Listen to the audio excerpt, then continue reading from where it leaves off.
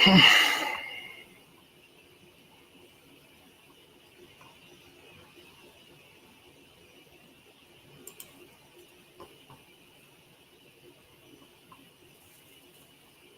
reason I love using StreamYard, well, that's easy.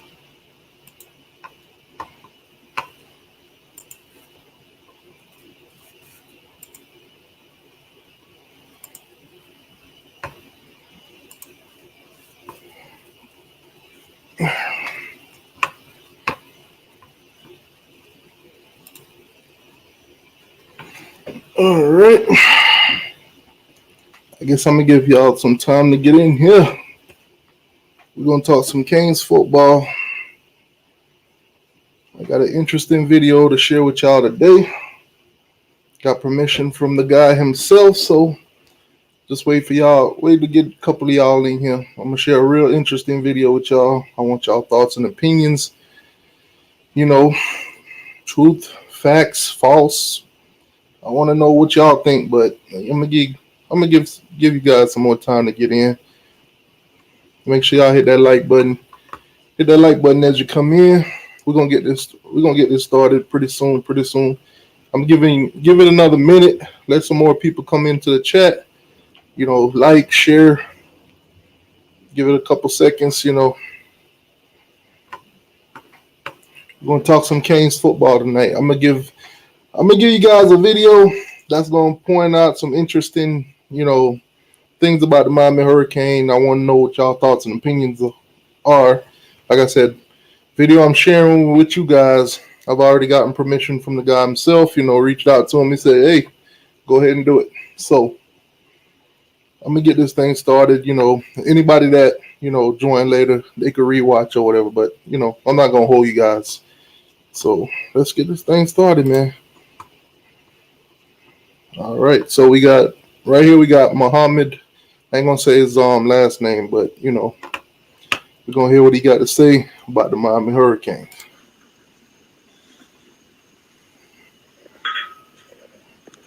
Listen, man.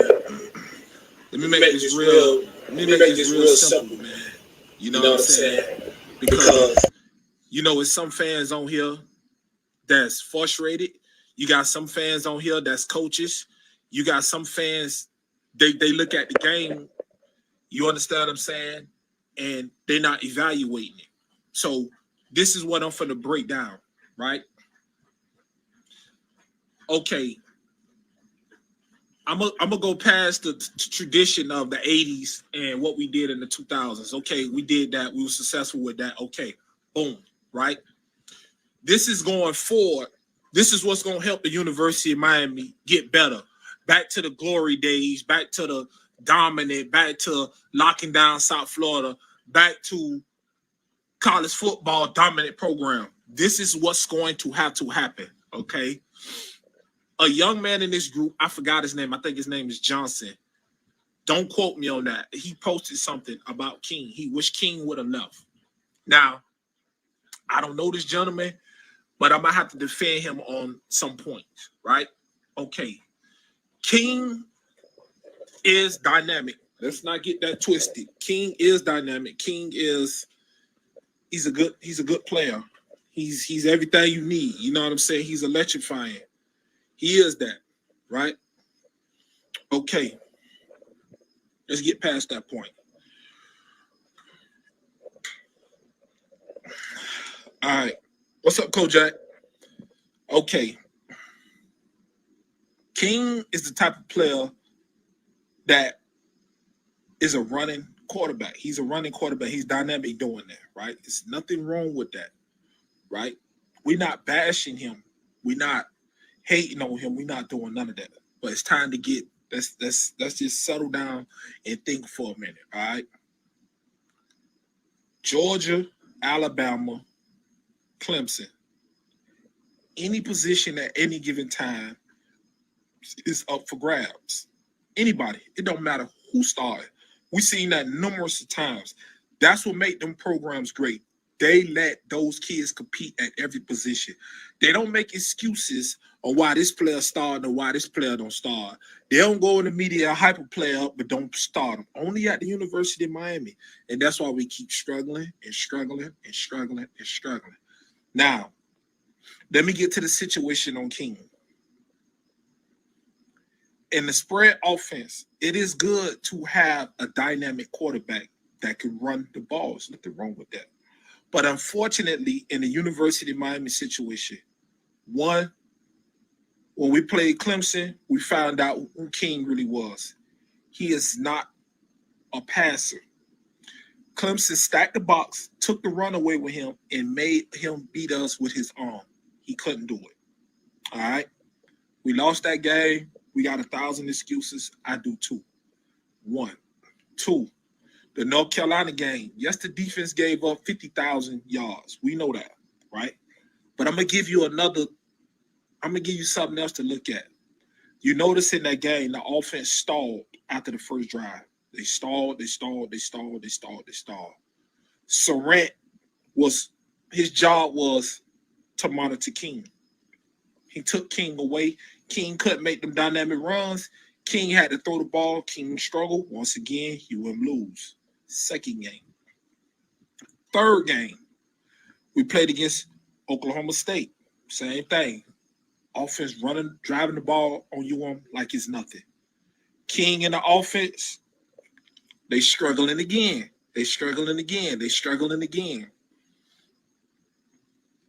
N'Kosi Perry come in the game. Bring us back to life. What's up, Mike?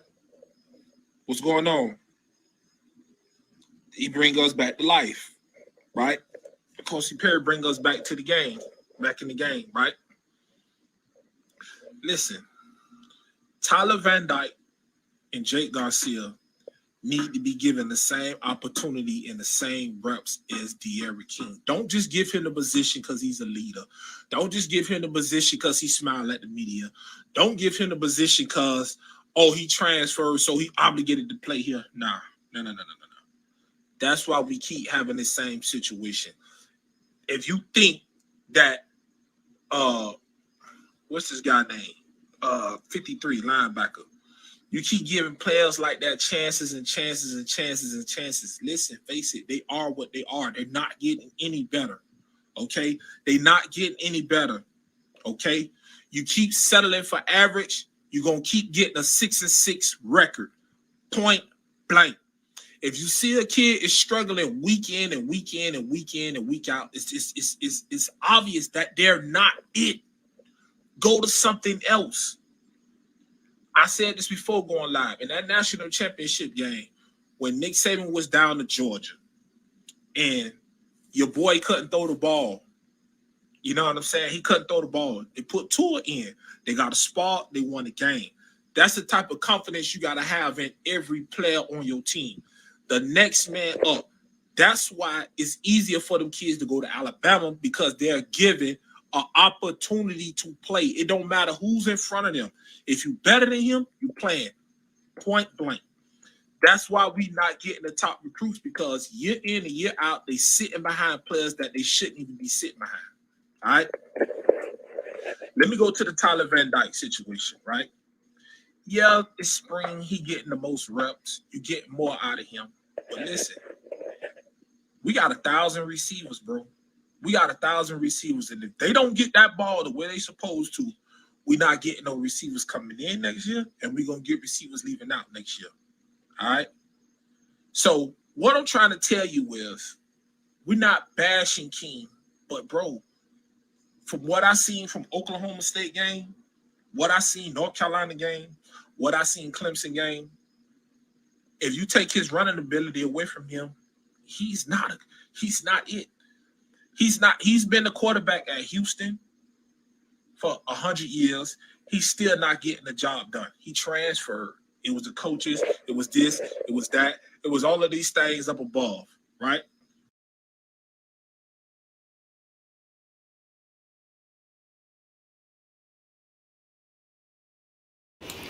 Okay, so for those of y'all that just joined, this is a conversation that I've seen live on Facebook, and I thought I'd bring it to y'all to see what y'all thoughts and opinions are. So I'm gonna let it play. I'm gonna let him talk, and then you guys. I'm gonna open up the floor for you guys to come in and evaluate this video, say how you feel and stuff like that. But I'm not gonna keep interrupting, so I'm gonna just let it play.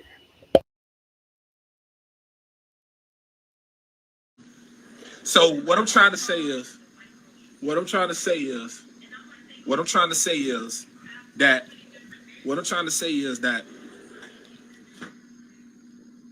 King done had too many chances. The NFL don't even see him as a quarterback. What more? King is not it. Tyrone Bolton. We not bashing the kid.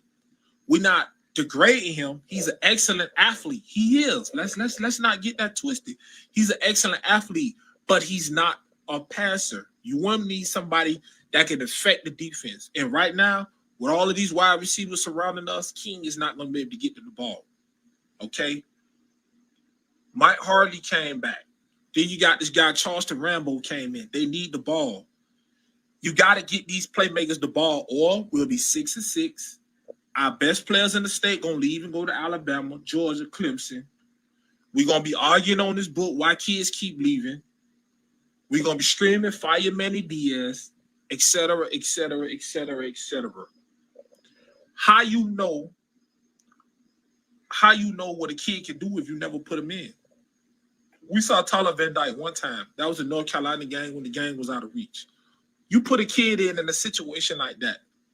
For what? Then you put him in one drive. He threw the ball twice, maybe 3 times. You take him out, don't put him back in no more. That's not helping him. It was numerous of times where U1 was up and they didn't put this kid in the game. 40-something points. You understand what I'm saying? They didn't put the kid in the game. So now you expect him when something happened. Oh, okay, King get hurt. Oh, he's good. Get out there, do what you're supposed to do. He didn't get no reps. He didn't get no time. So all this talk about King need to start. Yeah. What about if teams take away his running ability and he have to pass the ball? What's going to happen?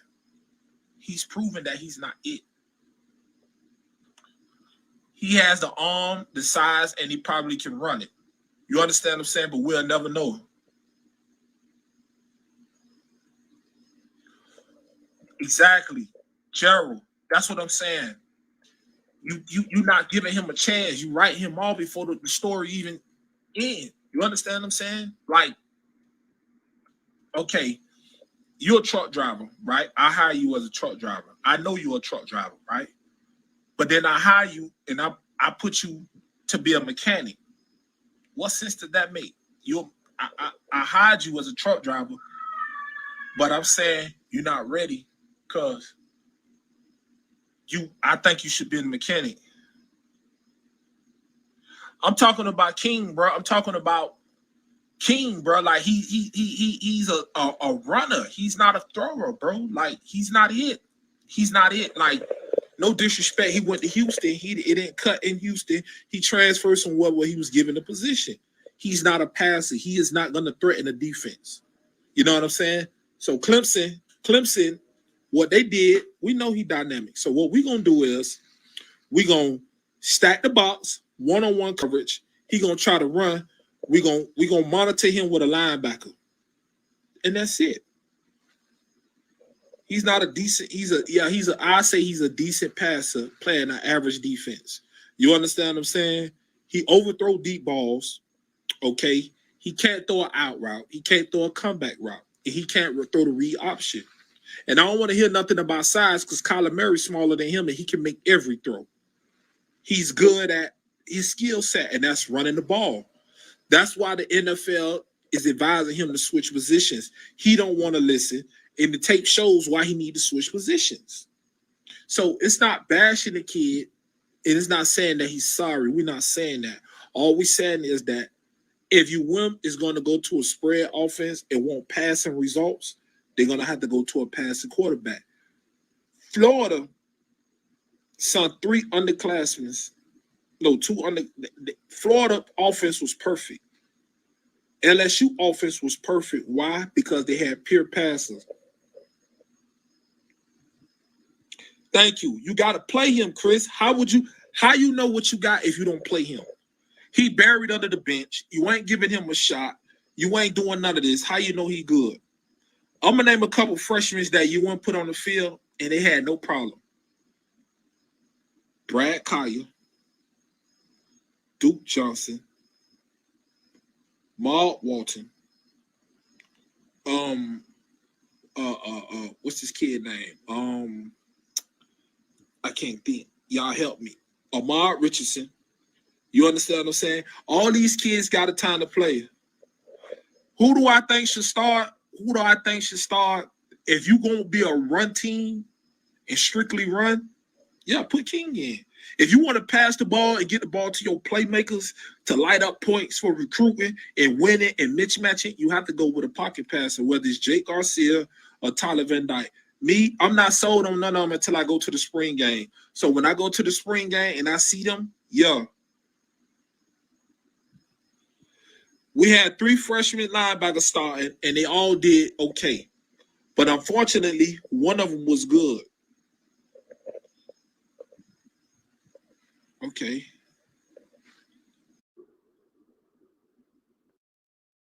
I'm at you now, bro. All right. What's going on? So with King, okay, King got a decent arm, but so you like the coordinator that we got? It's not the coordinator. I like Lashley. It's not him, and I saw that at Oklahoma State game. But we running too many bubble routes. What we running bubble routes? Look at the receivers that we have. We don't have receivers with nice frames either. We got a lot of brittle small receivers. You're right. You know what? And to add on to that, let me tell you something. That's coaching, because that could have been fixed. These kids ain't just started dropping the ball against Oklahoma State. They ain't just started dropping the ball this year. They've been doing it repeatedly, and you know what the coaching staff said? That's fine. That's okay. Put them out there. At Alabama, Clemson, Georgia, you dropping that ball, you sitting down for a couple of plays. You sitting down the game. Next man up. You got to put them kids in to get confidence. You don't get confidence by sitting them on the bench, and when you call their name, they're supposed to be ready. No, you need reps. And guess what? They got the players to do that. If you watch the inside Canes thing, you will see that it's players that's making plays, but they don't get their chances because the coach is not putting them in. How I know how good you could drive a truck if I don't never put you in it? Well, I feel differently about it, because when you go from, at this point in time, when you go from Miami to Alabama, it's a difference in depth with the talent that we have. We're not getting the same talent. How will we know if we don't play them? But I'm saying our guys, the boys that's coming from Miami, they going up to Alabama and playing. So you know why?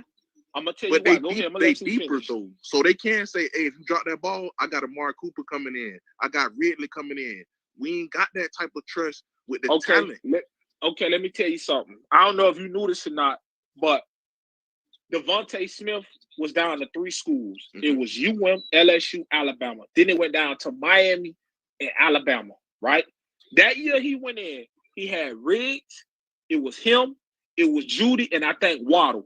4 wide receivers came in that 1 year, and they already had a stacked wide receiver class. All 4 of them got on the field that year.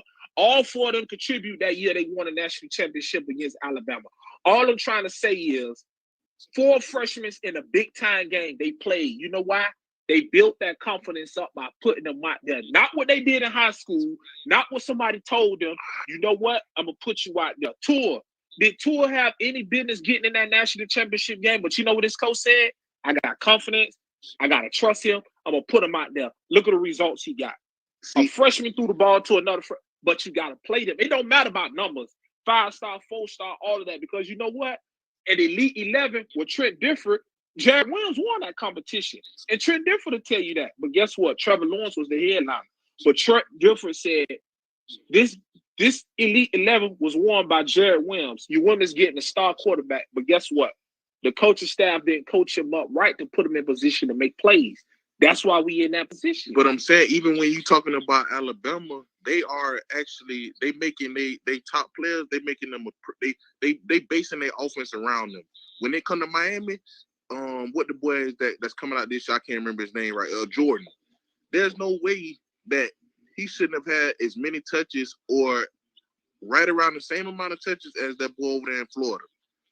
Everybody, he got hurt twice. Remember, he was the runner up for the tight end award, the Mackey Award. right? He got hurt. He played as a freshman. What was the problem with him? I'm saying, but they got to see how good he was. I'm saying Miami got to make these guys premier players in their offense, though. They're not basing it like, okay, we got certain sets where we going to this guy. We ain't did that in so long. I can't even remember. Listen, you're right, but this is what I'm telling you. This is our problem. Okay, the dude from Alabama, Westbrook, Smith, Redden, 4 wide receivers. None of them got over 30 snaps, bro. Total. That can't happen when you got Pope and Wiggins consistently dropping the ball. Right. And then you got the boy Peyton. So you don't think it's a drop off? You would not know if you don't put them in. Well, they see them in practice now. Right, that's what I'm saying. Listen, you got some players, they shitty in practice, right? Right. But you're going against speed on speed. So sometimes it's not going to look like that, right? But if you put that speed against Pittsburgh secondary, you put that speed against North Carolina secondary, you put that speed against Oklahoma State secondary, it look different. You understand what I'm saying? But I won't know. That's just like, okay, prime example, you're a kid, right? And I say, this kid can't take out the garbage. This kid can't do this. He can't do this. He can't do that. But how do I know he can't do something if I never showed him or gave him the time or the confidence to teach him? No, I'm with you on that. Yeah, I agree 100% with that. But so you feel like they're not teaching them then? They're not developing them. That's why we 6 and 6. Well, we definitely. That's why we're not gonna get all the talent. That's why we're not gonna get all the talent. And if you still at this point, you giving out position. What the dude number 9, McLeod? McLeod ain't got no business getting no snaps at defensive end this year. Period, bro. But you can't make no too excuses many for transfers. That's why we can't develop nobody. You know why they bring get them in? They got to transfers? play them. You know why we getting transferred? Because your coach ain't got the confidence to put the game experience develop players. If you keep sitting them on the bench saying he not ready, but you go get a transfer that was somewhere and it wasn't cutting it for him to bring him in here, you giving positions away. Once again, you will never be better than 6 and 6 doing that. You know why? Because you telling kids we settling for being average. Let's be average. Come to the University of Miami. You can't do that. When I know if I go to Georgia, like Campbell, everybody thought he was coming here. Surtain's son, guess what? They was on the field day one. Day one. They went in there and competed. They didn't give no position to them. They competed day one and they started. Judy competed day one. He played. Sophomore year, Bliffton called a war with her. Amari Cooper, he was able to go in there and compete and play. That's what I'm saying. They got a chance to play. When you got a kid that you win on the phone like, man, dog, don't come here. They ain't gonna play you. I don't know why I came here. I'm finna go. That hurts. That's part of recruiting. Yeah, I definitely agree with you on that. I just feel like with these transfers, I do like the transfers, but the transfers that we getting, they coming in later on in their career and they already better than the young guys.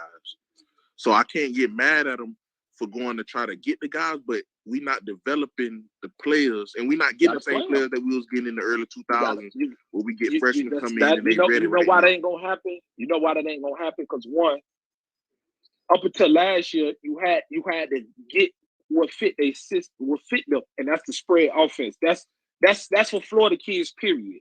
Now up there where you at, Lakeland on up, you get the physical kids, the linemen, and everything. Anything south of Port St. Lucie ain't up with speed. Well, I feel like I fold down all the way down the way y'all let. You can get everything. That's why early 2000s we ain't have to leave out of Florida. We ain't have to leave over our fold. But it's hard to get that talent back if I go here, I'm sitting on the bench, you making excuses why I ain't playing, this, that, and the third. Alabama, Clemson, and Georgia play more freshmen than anybody in the United States of America. Look at the results they get. Well, they Alabama them 5 stars, man. They getting them 5 stars. Stars don't. You know what the Honey Badger was? He was a 3-star.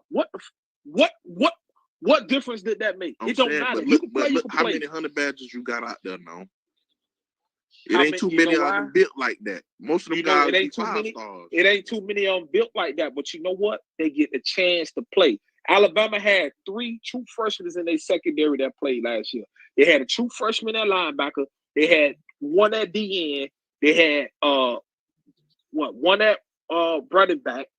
They play their freshmen, bro. They play them kids, bro. That's why they gonna keep going there. That's why they gonna keep being successful. They develop their players. By the time they get to their junior year, they ready for the NFL. At quarterback, at wide receiver, at tight end, every position is up for grabs. Every position. Trevor Lawrence, yeah, everybody. Oh yeah, you know what? They gave him a chance to compete the day he got on campus, and that's why you see the player you see with him. Georgia, they fucked Justin Fields, and look what happened. They came back to bite Georgia in the butt. That boy went to Ohio State, and he shined. You know why? Because Ohio State gave him a chance to play. Well, you already know when he transferred, they was gonna start him.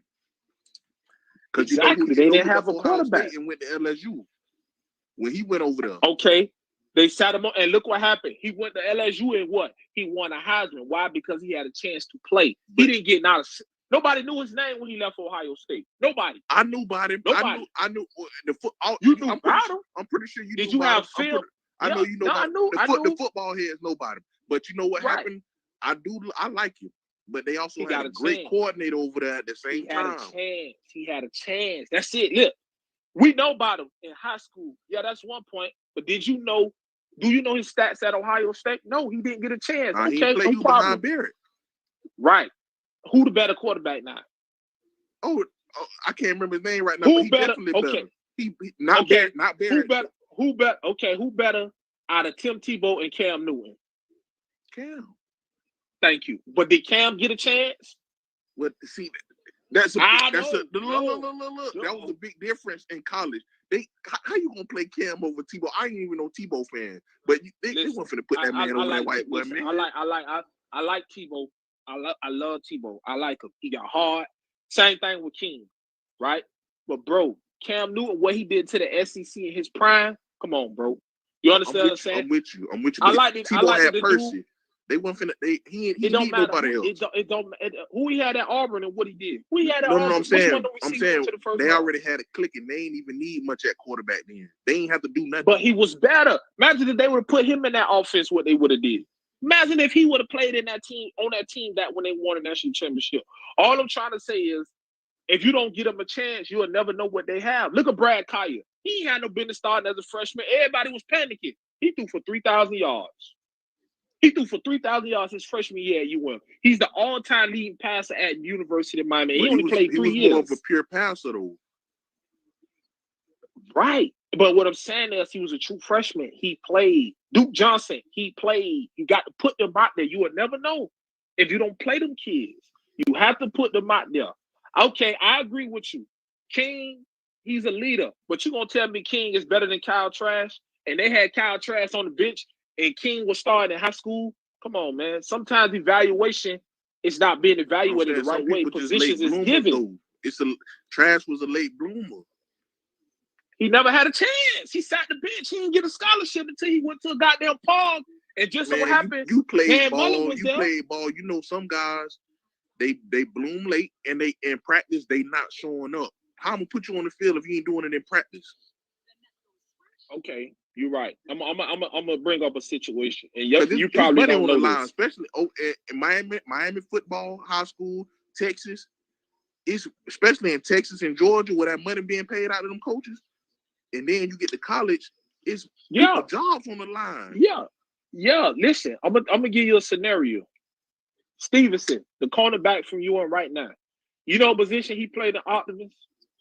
What? The dude was an offensive lineman. Hard to believe, huh?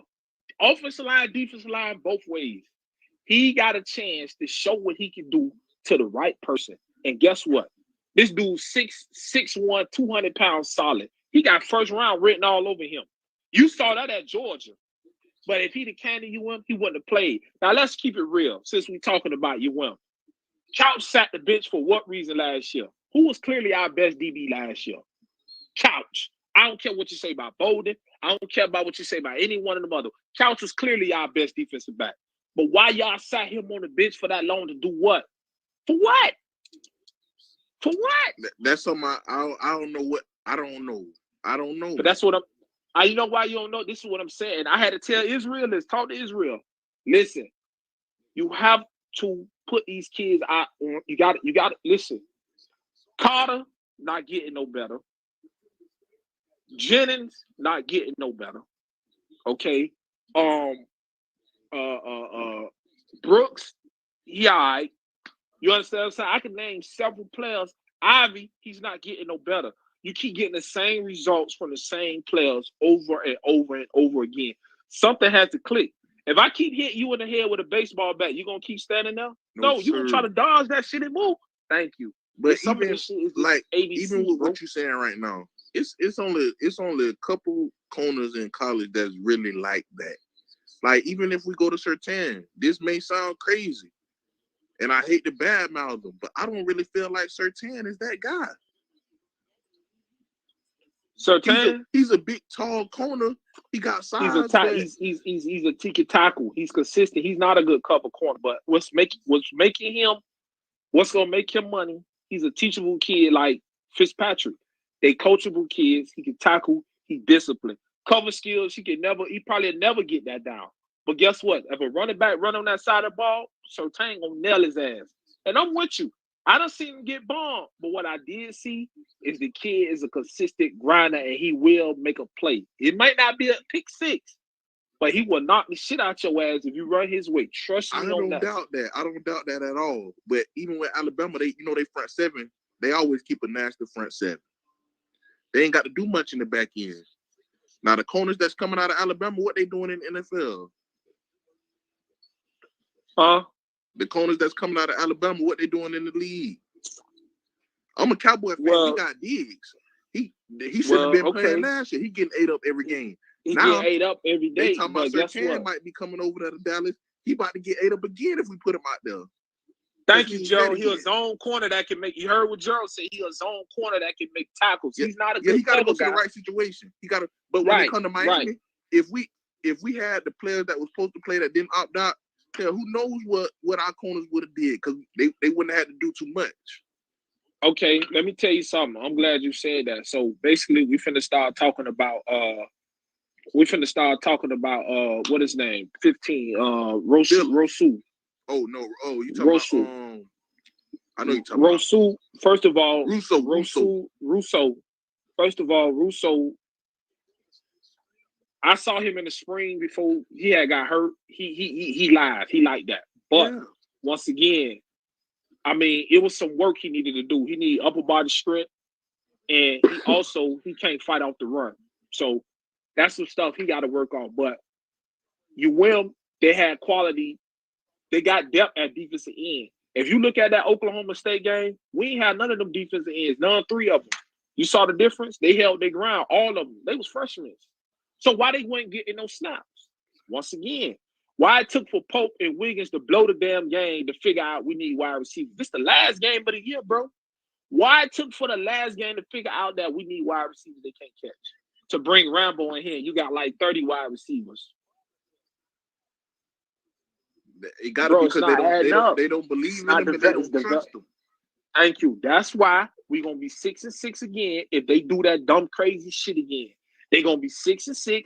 They're going to be 3-6 and whatever else after that. If you keep doing that right there. Johnson, who came from Tennessee, ain't got no business playing. He ain't got no business on the field. This dude ain't had 8 sacks in the year at Tennessee. And you bring him in here. Thank you, Chris. They've been dropping balls all year.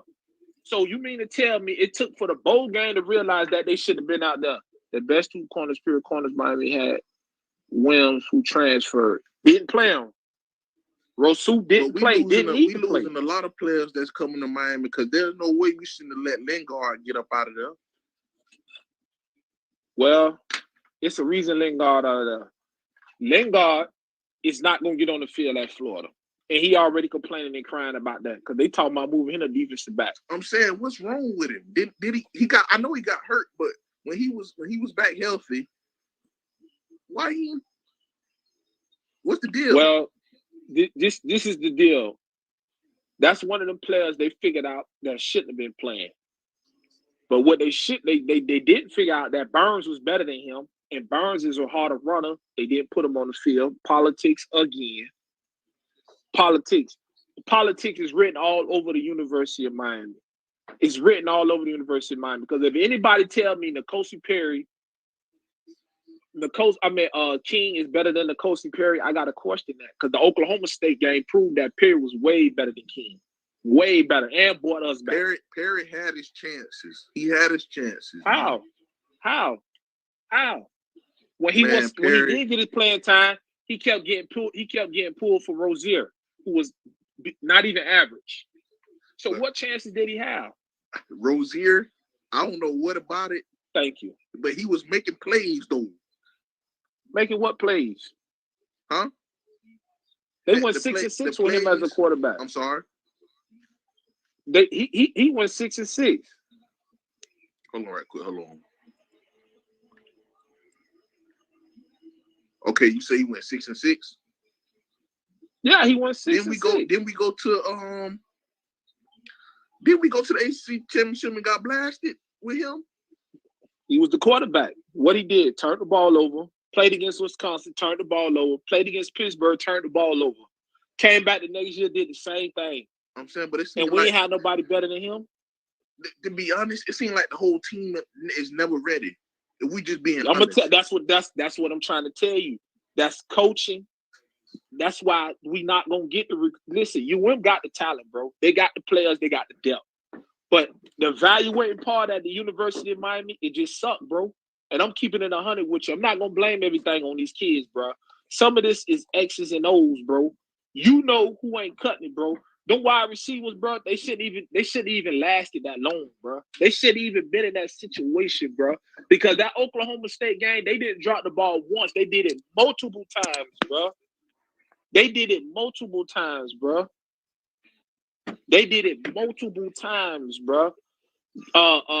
53, what his name is? The linebacker? Bro, he's not cutting it, bro. He's not. Why is he on the field? Why is he getting chances? Why is he even finna get a snap at defensive end? He don't even have experience to play the fucking position. So you mean to tell me he finna get snaps at defensive end over highly recruited defensive ends you recruited, bro? Then you bring Johnson in here? 6-6, bro.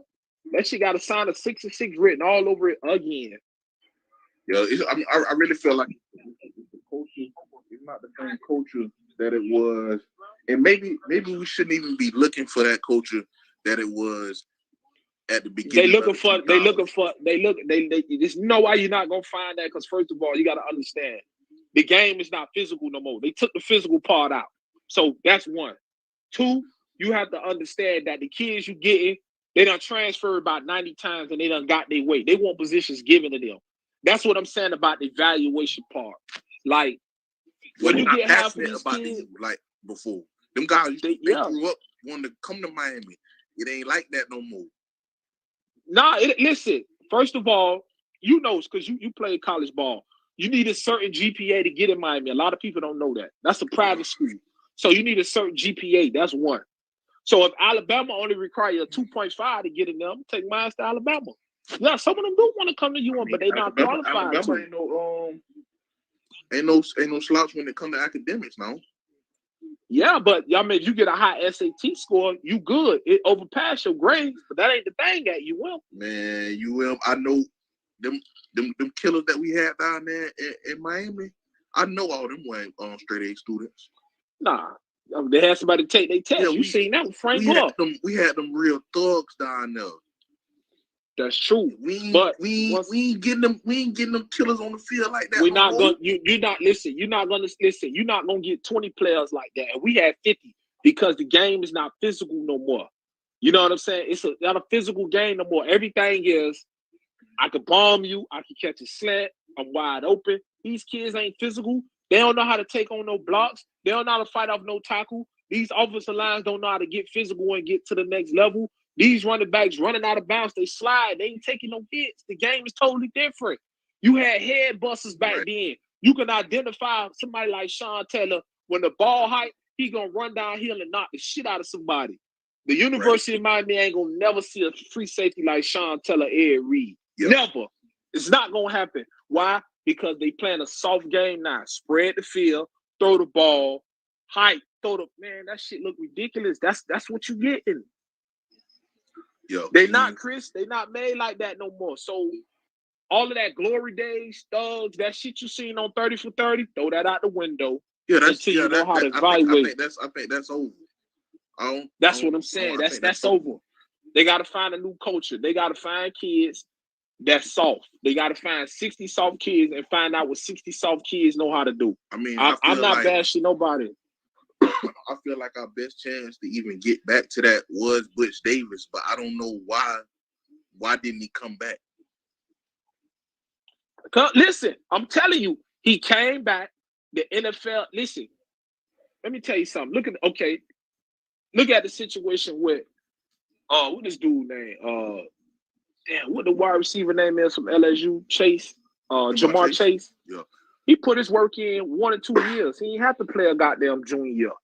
King's situation, you done transferred, you done came back, and the NFL still telling you still ain't gonna be I don't care what you do, you still not gonna be a top quarterback. So what that tells me, the people who scout him know the same thing I'm saying. He is not a passer.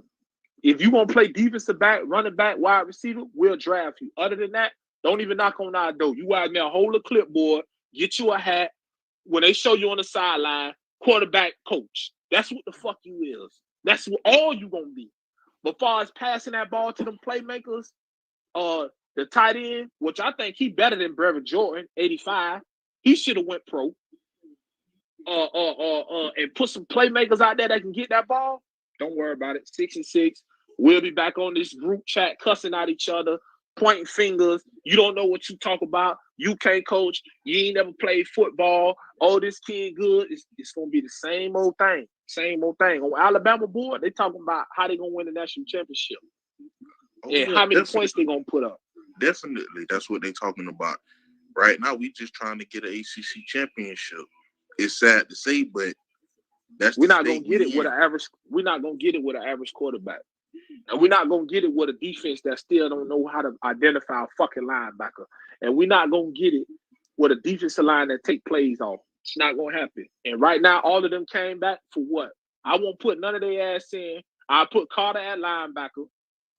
Because that's what he like to do. He's a hitter. He's the only physical one on the defense outside of Nestor. So all of them that came back talking about, they came back to be great. No, you weren't going to be drafted. Because the minute you would have got a call saying you you'd have left like Phillips. And Phillips was clearly our best defensive player last year. Yeah. That's so let me go back to King, because me and you could talk about that over and over and over. But bro, Clemson, I don't know how the hell Clemson beat UM. Only team beat UM is North Carolina. Oklahoma State and Clemson, they had no business beating UM. Why? Because King cannot hurt nobody with his arm.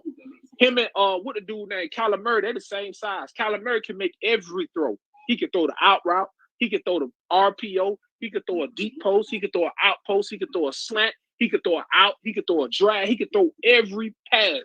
And he's smaller than King. Well, we just got to be real. Clemson was better than us at every position. Every position. Yeah, but they showed they you know what? They are. But guess what? I saw Boston College team play them pound for pound.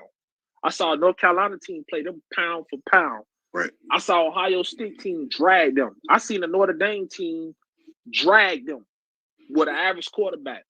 So all I'm saying is, I know 3 teams that we recruit better than that gave Clemson a run for their money last year that they shouldn't even beat. Syracuse, they almost lost to. So it's not about talent. It's about putting evaluation time. It's evaluating time. Well, that go back to the coach. That go to the coach, you know. It's like we got the best staff in the world. Hell, Clemson, they staff millions of dollars. No, you know what? I'm gonna tell you something else too. Manny is not a bad coach. You know what Manny's problem is? He don't trust himself. And the coaches on the staff, all of them not bad, but you could tell that Manny he oversees all of the position. Because like I'm telling you, it's nowhere in hell 53 McLeod should be on the field. There's no way Pope should be on the field. There's no way Wiggins should be on the field. There's no way that Ivy should be on the field. Yeah, they catch the ball, Darius, but what I'm saying is he can make every throw. So I don't give a fuck who out there. They're gonna catch the ball from him anyway. They're gonna catch the ball because he can make all the throws. That's what I was saying about Kyler Murray. Well, but back to what you said. I feel like we've gotten some better quarterbacks that we recruited. Now the thing is, are we gonna be able to keep them? Well, I'm gonna tell you like this: competition, the best man win. Not, oh, we think he's a leader and that's why we put him out there. That's not gonna cut it. You know what I'm saying? Like that's what it's gonna have to come down to. And even if that person keeps struggling in the same order, you got to go to the next man up. Got to. You can't be scared to put them in.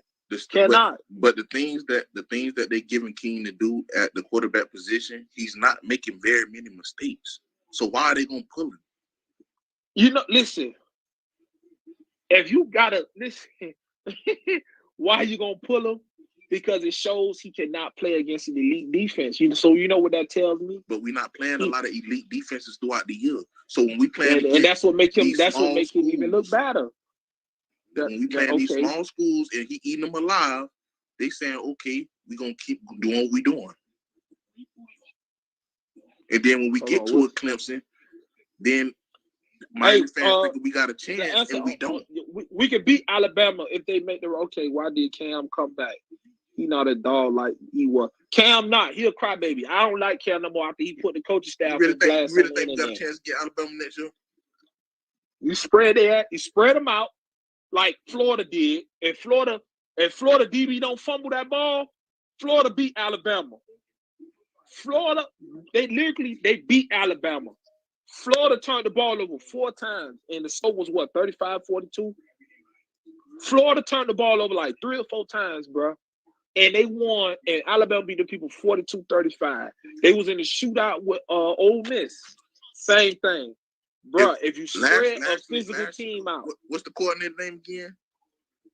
Lashley? Yeah, Lashley. If he come out there doing that bubble screen shit, we are going to get our ass beat. If he come out there doing that, how we gonna block him for one? Because that's when I work. You gotta spread it. You gotta spread them out, bro. Keep them spread it. Don't keep it in the box. When you play in the box, that's Alabama game. Every team that spreading them out has success. That's how you beat them, because they corners always they corner suspect. That's what I was getting at earlier. When you spread them out. Not yet. That too. But guess what? When they spread it out, they don't get no pressure. You can't name not one pass rusher they had since Derek Thomas. They don't recruit pass rushers. They recruit them 300-pound linemen that control the line of scrimmage to let their linebackers make plays. They don't recruit pass rushers. You remember the guy Tim Williams, number 56? Yeah. He was their best pass rusher since Derek Thomas. They don't recruit pass rushers. They don't blitz. So if you spread them out, they ain't got to blitz because they got 4 dogs. You know why? You know why they don't got to blitz? Because everybody play their game. Yeah. Spread them out like LSU did. LSU did it. Spread them out and put 50, 60 points on them. Keep them spreaded. Just keep them spreaded, bro. Do not play that 2 wide receiver, 2 tight shit and try to run the ball. People gonna stuff you. You can't do that. You can't do that. Keep them spreaded. Keep them spreaded out. You keep them spreaded out and you add that ball out. That's why Van Dyke got to be in the game. If King come back with that halfway ass ACL trying to run that ball like he did somewhere else, they're going to flip his ass, and it ain't going to be no more King. And I hope you want to put him in just for that purpose. You right, Chris. We need to pet. Man, listen, man. You play ball, man. Come on, man. You a gym rat. You worked out. A quarterback don't work out like other positions. That ACL ain't that strong, man. They selling the media dream, man. And N'Kosi Perry, he knew his chances was going to be up at quarterback. That's why he transferred. The writing is on the wall. All these receivers they recruited, come on, put 2 and 2 together. They want to pass the ball.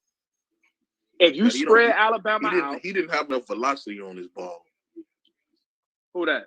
N'Kosi Perry. Yeah. Yeah, he didn't get a chance, bro. You got to put him in that. You got to feed him to the wolves, bro. I'm talking about when the ball come off his hands. When the ball come off his hand, it's hanging in the air too long. He needed more velocity on his ball. He had no zip on his ball. McKinnon Powell, you're right. We will have a running game, but what's going to open up the running game with Alabama if they stack in the box, go away from the run because they live for that. Keep them spreaded. When they start adjusting to the spread pass, and I know what you're saying, run first, then pass. Nah, spread their ass out and put athlete on athlete. McKnight and Chaney is good running backs. They gonna get it. They gonna get it cracking. Right, deriq. Look, I don't know if you can see the board, Vontae, but look what they saying. He didn't get a chance. Perry didn't get a fair shot, bro. He didn't get a chance like King did. I felt like he got. Did he have a million chances? No, he did not. But I felt that's what I'm saying. I'm saying how many chances you need? But look, this is what happened. I agree with you. Well, okay, listen. Okay, the Florida State game, we saw his potential. He brought us back. Right? But it'll be like 2 games, they take him out, put Nicosi Perry, they put Rozier in. Okay, I go to the spring game when it was with Jared Williams when they played against Florida. They put Jared Williams. Jared Williams is a way better passer. That's who should. I don't think he should have left UM, but that's another story. Perry, his decision making was killing him. As soon as he make a mistake, he getting pulled. Williams. Yeah, see, Jay Jackson, he got pulled on every mistake. How do you expect him to Zach McCloud done, man? But when you do both pass and run, we already really we dangerous, but with Alabama, you got to pick your poison. I think you pass on Alabama. Straight up. You run that ball, the score 31-9, you mad at Manny Diaz, and you're gonna want to kill him. Then you're gonna lose more recruits. You're right, Chris.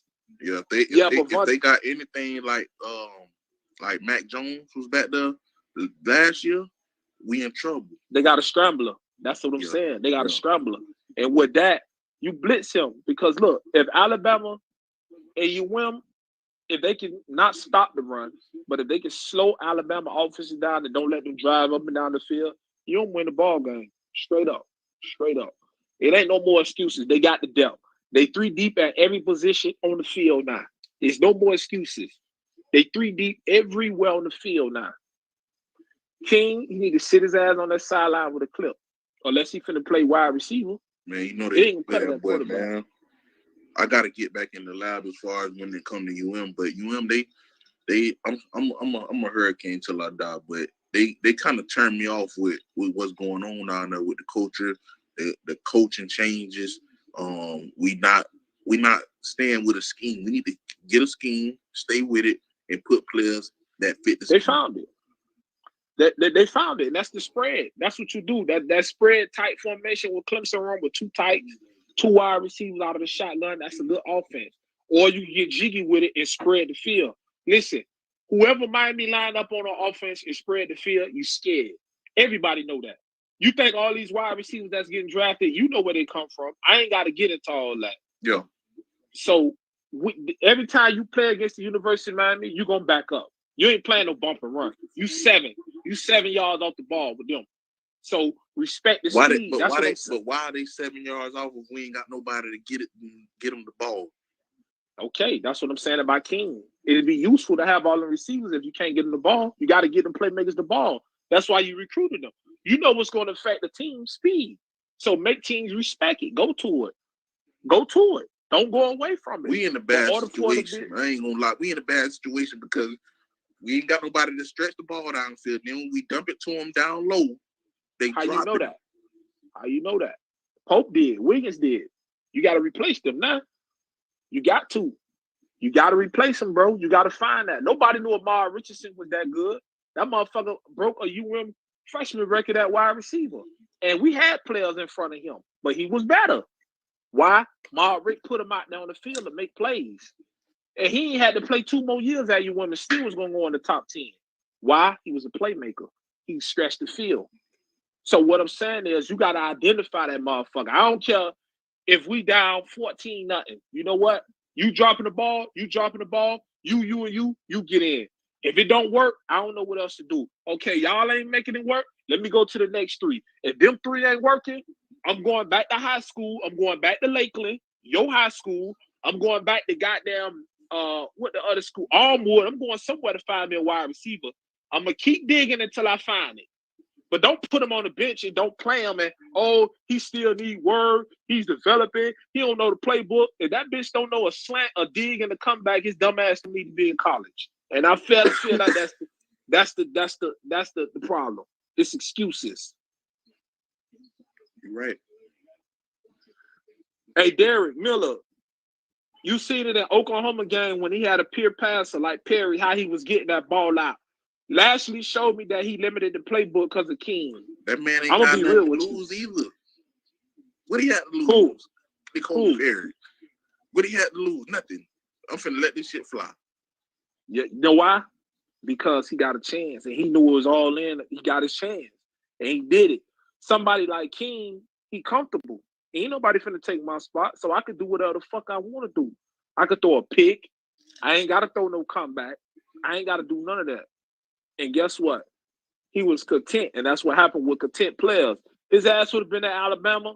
He wouldn't have played. He'd have been on bench. A freshman would have been in front of his ass.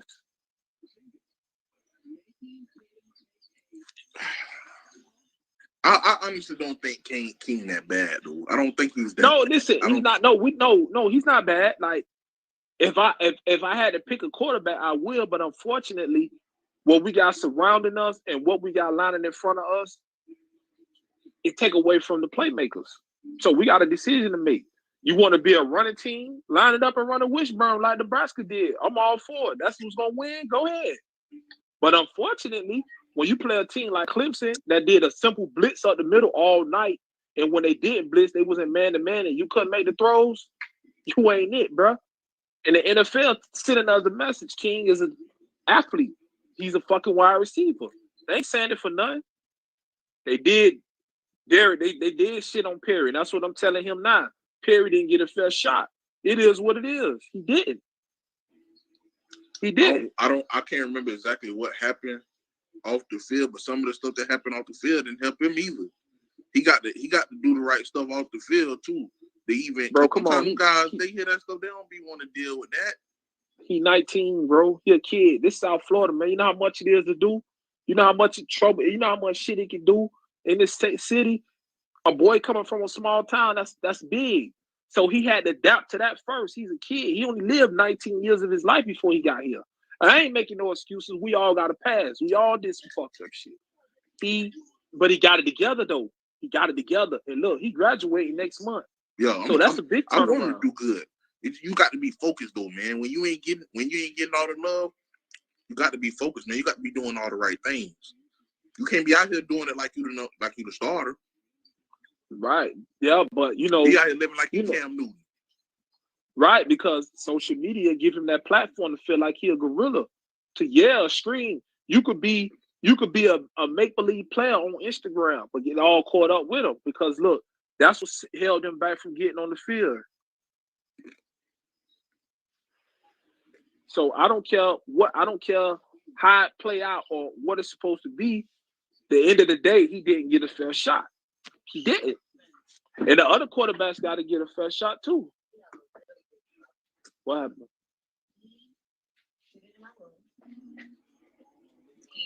Yeah, so I want to see when the spring game is anyway. Say it again. When the spring game is? It's on the 13th of April. Oh no, May? Yeah, April. Yeah. Damn, I'm gonna miss that. I wouldn't mind. Are they gonna have it open to the public? I think that one's gonna be open to the public. Yeah, I want to see what his name Van Dyke, right? Van Dyke, yeah. Yeah, I want to see what he do. And Garcia, he hadn't got there yet, right? He next year. Yeah, Garcia ripping it too. Garcia having a good spring. See, I want to see what they do. And if they spinning it right and they're making the right decisions, they definitely should have an open competition. He gotta have guts, bro. Like, I mean, yeah, open competition, but at the same time, what I'm saying is like, if it's close, you gotta pull the trigger because the writing is on the wall. You got 3 wide receivers that's coming in here, bro. You got 3, and you got 3 of them that didn't play last year. So that's like 12 wide receivers, bro. If something don't happen this year, you're gonna lose 4 or 5 of them to transfer portal. That's automatically. They gone. So it's either now or never. And you ain't gonna get no playmakers in the next 2 years. Because they gonna feel like, why I'm going there, but we ain't gonna get the ball. Why I'm gonna waste my time doing that? Yeah. You see what I'm saying? So right now, King, I love you, but bro, the writing is on the wall, dog. Like that ACL, you threw that in December, bro. Like you don't have strong enough tendons in that knee, bro. Like a running back or a defensive back or a linebacker, like you ain't squat like that to get that leg back right. You ain't have enough strength in it, bro. You're a quarterback. Yeah, it's gonna be fresh now. I don't know. It's gonna be tough. We got a tall task with Alabama the first game. I ain't even gonna lie to you. Right. I'm just being real. But it can happen though. Like it can happen, bro. Like it can happen. Like Manny ain't got no more excuses, bro. It ain't like my original. You think this it for him this year? Yeah. You the defensive coordinator. It's all in. You bet the house on you. You got rid of your defensive coordinator. You know what I'm saying? You're gonna be the defensive coordinator. You better come with a better result. You better. Because Blake James ain't nothing to play with, bro. Ed Reed ain't nothing to play with, bro. They serious, bro. If you don't get it right, you're gonna be bought out.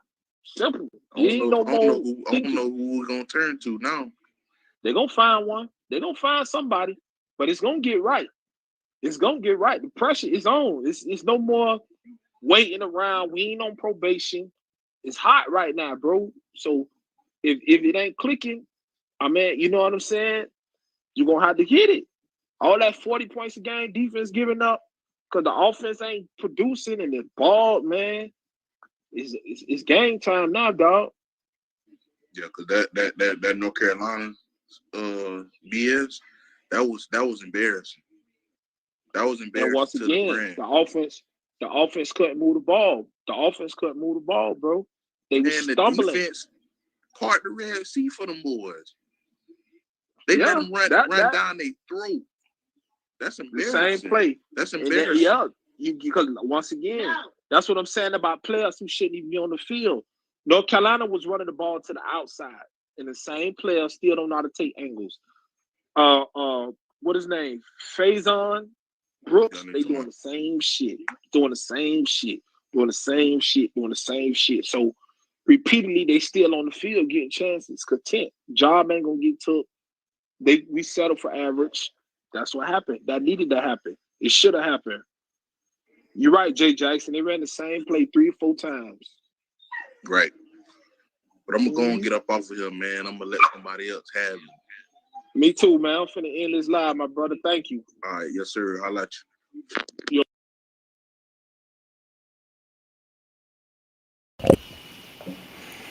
Oh man. All right, so let me talk to y'all a little bit. All right, so basically this was a live that I caught last night on Facebook, and I thought I'd bring it to you guys because I think both of these guys made some valid points, and I wanted to see what y'all take on this. So I'm gonna put the link in the chat. I want you guys to come on in and tell me what you thought of what they was talking about. Do you agree? Do you disagree? What point do you disagree with? What point do you agree with? I'm gonna put the link in the chat for anybody to come in, give their thoughts and opinion.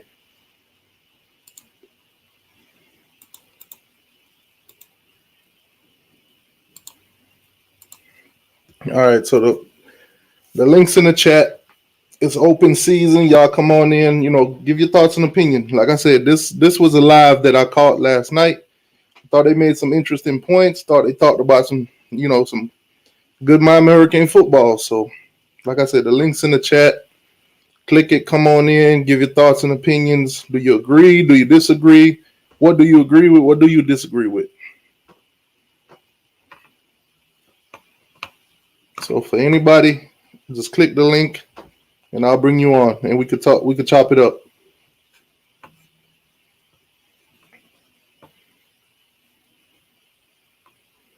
I think I see Logan's in here, all about the U in here. Miami Flow, Maiden Dade in here. Anybody got any thoughts and opinions on what they were talking about?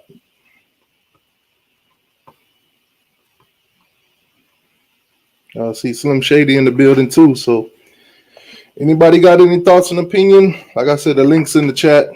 For those of y'all that came in late, you can rewatch it from the beginning. You know, they talked. I think they talked about some interesting points. But like I said, your thoughts, your opinion. It's open. It's an open show.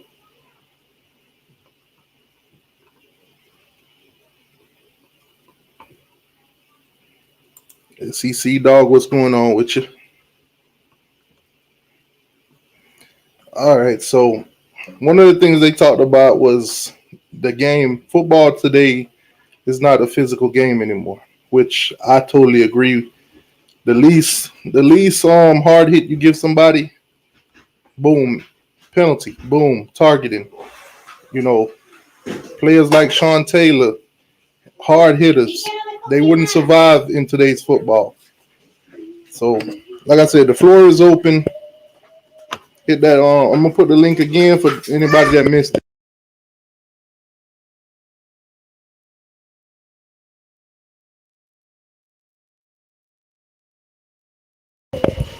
Yeah, and if nobody wants to come in and give their thoughts and opinion, I won't keep you guys too long. But like I said, the link is in the chat.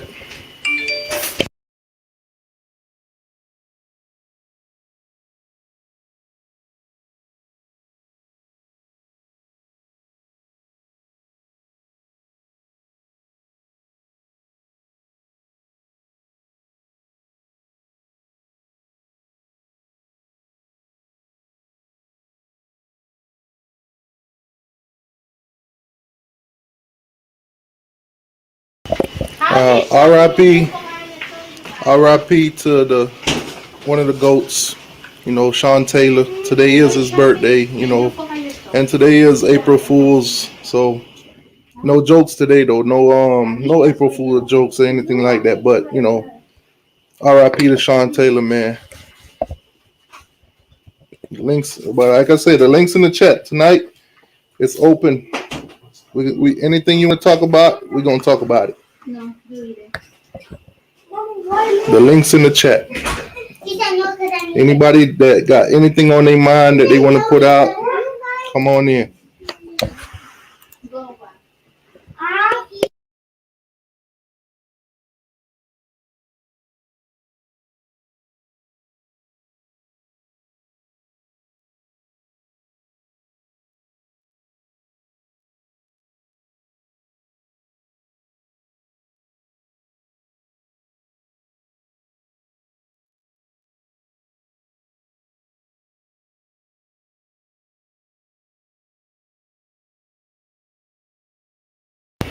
I'm gonna give it like another 5 minutes. So if anybody wants to talk football, want to talk Canes football, how they feeling, spring, you name it, come on in. All right, so we got Slim Shady. What's going on, Slim? Well, I figure since nobody else will do it, I get on here and run my mouth a little bit. All right, so what you thought? Well, first off, that was a live on Facebook. Those were two guys, two Miami Hurricane fans on the Miami Hurricane official page. They did a live show. They was talking. I'm pretty sure you caught most of it. So, what's your thoughts and opinion on what they were saying? I mean, my biggest problems overall would be what he thinks his offense is supposed to be. I mean, it'll be better this year going into year two, but that's how installing offenses work. It takes them a couple of years. Him trying to say that we got to sit wide receivers down and put in the freshmen if they're not good enough because that's how they do it at Alabama. We're not stacked with talent like Alabama is. I think there's a big gap now between our second and third string. I think we've kind of closed the gap between our first and second string, but I think there's still a pretty good gap between our second and third string talent. So it's not just as simple as next man up because you've only got, you've got 12 receivers, but you might have 8 of them that you could honestly play. The freshmen aren't going to know the playbook good enough by game one. So it's not just as simple as, okay, just put in the next guy. And You know, I've said it till I'm blue in the face, and it's true every time I've said it. And me personally, there's nothing anybody can say it's going to change my mind on it. When you constantly flip-flop a system on guys, you're not going to develop them. And that's the main reason why I think our wide receivers are in the shape they're in. Now, I do agree with him with the next man up thing. When quarterbacks mess up, go out there and constantly throw interceptions and stuff like that. Most of the time they get pulled, right? Mm-hmm. Now, when D. Wiggins dropped the ball, when Pope dropped the ball, do they get pulled? And it's not like they drop it one or two times. They constantly drop it. Do they get pulled? So we see, the freshmen and the other talent on the team? No. So that was a valid point I think that he made. I don't think it's that simple, though. I mean, do you honestly think that by game one, the freshman wide receivers on the team are going to know the playbook enough to be able to put them in the game and have a chance of beating Alabama?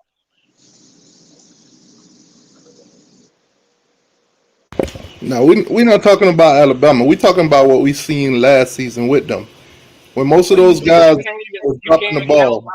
You can't even count last season either, because how many games did Jeremiah Payton miss because he caught COVID 3 times? So you don't have everybody every week either. Like I said, to his defense, he wasn't just talking about last season. This is something that's been going on in Miami for a minute now. The favoritism, the seniority, all of that. We've been seeing it for years.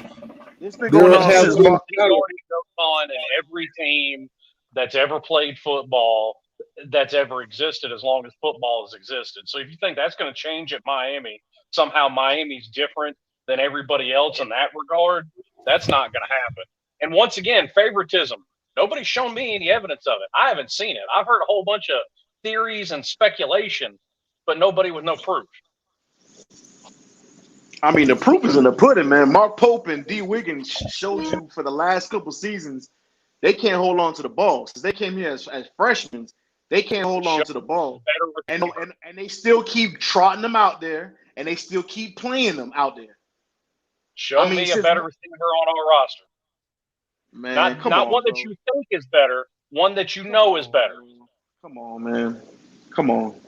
Okay, so none of the wide receivers that's behind Pope, Wiggins, and all those guys, none of them know routes. None of them know how to go out there and run a post, run a slant, run anything.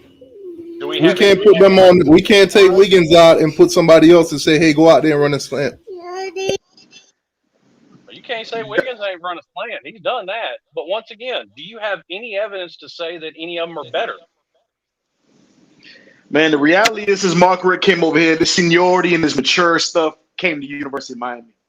We never was a program to where we're hearing all this seniority, mature, the mature guy, the mature this, the mature that. All this is Mark Richt's rhetoric, and Manny Diaz is following. It's been that way forever. Man, come on, I'm bro. sorry to break it to you, but it is. There Listen, are exceptions to every rule. Michael Irvin was an exception. Ahmad Richards was an exception, but that doesn't disprove the rule. Yeah, but if they give other freshmen, the chance to go out there and be that Ahmad Richards, until they do that, we'll never know if we have one of those again. Yeah, and the few teams that you do find that out from, you see freshmen on the field for Alabama. But when do you see freshmen on the field for Alabama? When they're up 45-3. Now, look at Alabama, for example. Nick Saban ain't afraid to pull guys. National championship, he pulled Jalen Hurts. Yep. He put Toa that nobody's seen Toa do anything. Next man up mentality. Who had played in everything. And once again, you're talking Nick Saban 20 years into his coaching career versus Manny Diaz 2 years into his coaching career. Man, we all know Manny Diaz. We all know decisions that an experienced coach makes. Manny Diaz has a soft spot for a lot of these guys, bro. Come on, man. If you can't see it, then I guess then nobody can see it, then, bro. Manny See, Diaz. what we don't have in Manny Diaz, we don't have that tough love mentality. No, you Now know, If I that you got a know, don't. guy, if I got a guy that's just as good as you, that's sitting right behind you, just because you a senior and they're a sophomore or a freshman, doesn't mean I'm gonna play you over them. If you're messing up, it's their chance. I'm gonna give them a shot. If they come in and they show me that, then you do. I'm sorry, but you gonna have to win that spot over all over again. But that's It's gonna be exactly my open point. competition all You season long. you are assuming that it's not that way, and you have no proof that it's not. You got and absolutely you don't have nothing to and you don't say and you that have no from proof to say what that he's it is. seen. That it isn't. You got the coach's word to say these are the best players. That's all we have to Man. go on. Like I said, when you have senior receivers that's out there dropping the ball, that's out there not making plays, and you got 10 other guys on the sideline sitting on the bench that could possibly play, maybe go out there and even show. It could be a one guy get off the bench, go out there and show you something that, oh my God, he didn't do this in practice. But nonetheless, we gave him a shot and he took it and he ran with it. We don't get that. We constantly see the drop balls, and then the next play, next series, next drive, whatever, we see the same guys come out and do the same thing constantly. I'm sorry, but give some of these freshmen, give some of these other guys a chance. If they're messing up, if the starters are messing up and these guys come in and messing up, okay, okay. But when you got seniors, you got starters, you got veteran guys that are making the mistakes of what you're expecting from these younger guys, you might as well play the younger guys. But here's what you're missing. You're saying, put them, give them their chance. They got 5 days of practice, Monday through Friday, to prove that they're better than the starter. Obviously, they're not doing it. Maiden day, you got some background noise. Oh my bad, bro. Open window, bro. Yeah, sound like somebody blowing some gas. Yeah, but like I said, there's we got 12 wide receivers. If the three on the field can't do it, you mean to tell me we can't reach on that bench and find somebody? Why do we bring these guys in if we have no confidence in them? Don't bring guys in to start immediately unless you just have no depth whatsoever. So you mean to tell me when we recruited these guys, we didn't see none of them that could start as a freshman? We didn't see none of them talented enough to start as a freshman. You We don't we look for don't guys believe in to true start. freshmen no more. You don't start guys at true freshmen unless number one, they're just absolutely exceptional talents, or number two, you're so bereft of depth that you don't have any choice but to start true freshmen. Okay, so we got depth, but we also got senior guys on the field not making it happen. Put the next guy in, next man up. Let us see. Let us see something from these guys. Let us see if they go out there and make the same mistakes. Then okay, you know what? We was wrong. We thought we had better on the bench. We don't. But you put those guys out there and they shine. Now, as a fan base, we're looking at the coaches like, what are you guys evaluating in practice? What are you guys seeing that we're not seeing? Because when you put these guys in and they shine, it's like as a coach, the coaches don't want to be wrong. Coach don't want to accept, hey, you know what? I put those three guys out. Clearly, the other guys on the bench was better. So maybe I'm evaluating wrong. They don't want that question to be put out there. Actually, I don't think that's the question at all. I think the evaluation that they look at is, okay, I've got this senior guy doing this. He's either at the same level or just a little bit better. And he's bound to be a little bit better than, say, a sophomore. I'm not betting my $3 million a year paycheck hoping the sophomore pans out. The more reliable bet is the senior. But the senior is not giving you no kind of upside at all. He's giving you the same thing week in and week out. So what changes? A senior's going to have more upside than a sophomore because of the experience factor. But the seniors we're talking about, we're not seeing it. So you're talking about the coaches taking a chance on a sophomore or a freshman being better, but you're not the one taking a chance with that man's paycheck. So I can respect if somebody's not going to take that chance with their paycheck. So you defending the coach's side. That's what you defending. You defending Manny Diaz. I've said it every single time I've come on here. There's plenty of blame to go around on all sides. Okay. Like I said, man. I've said it how many times?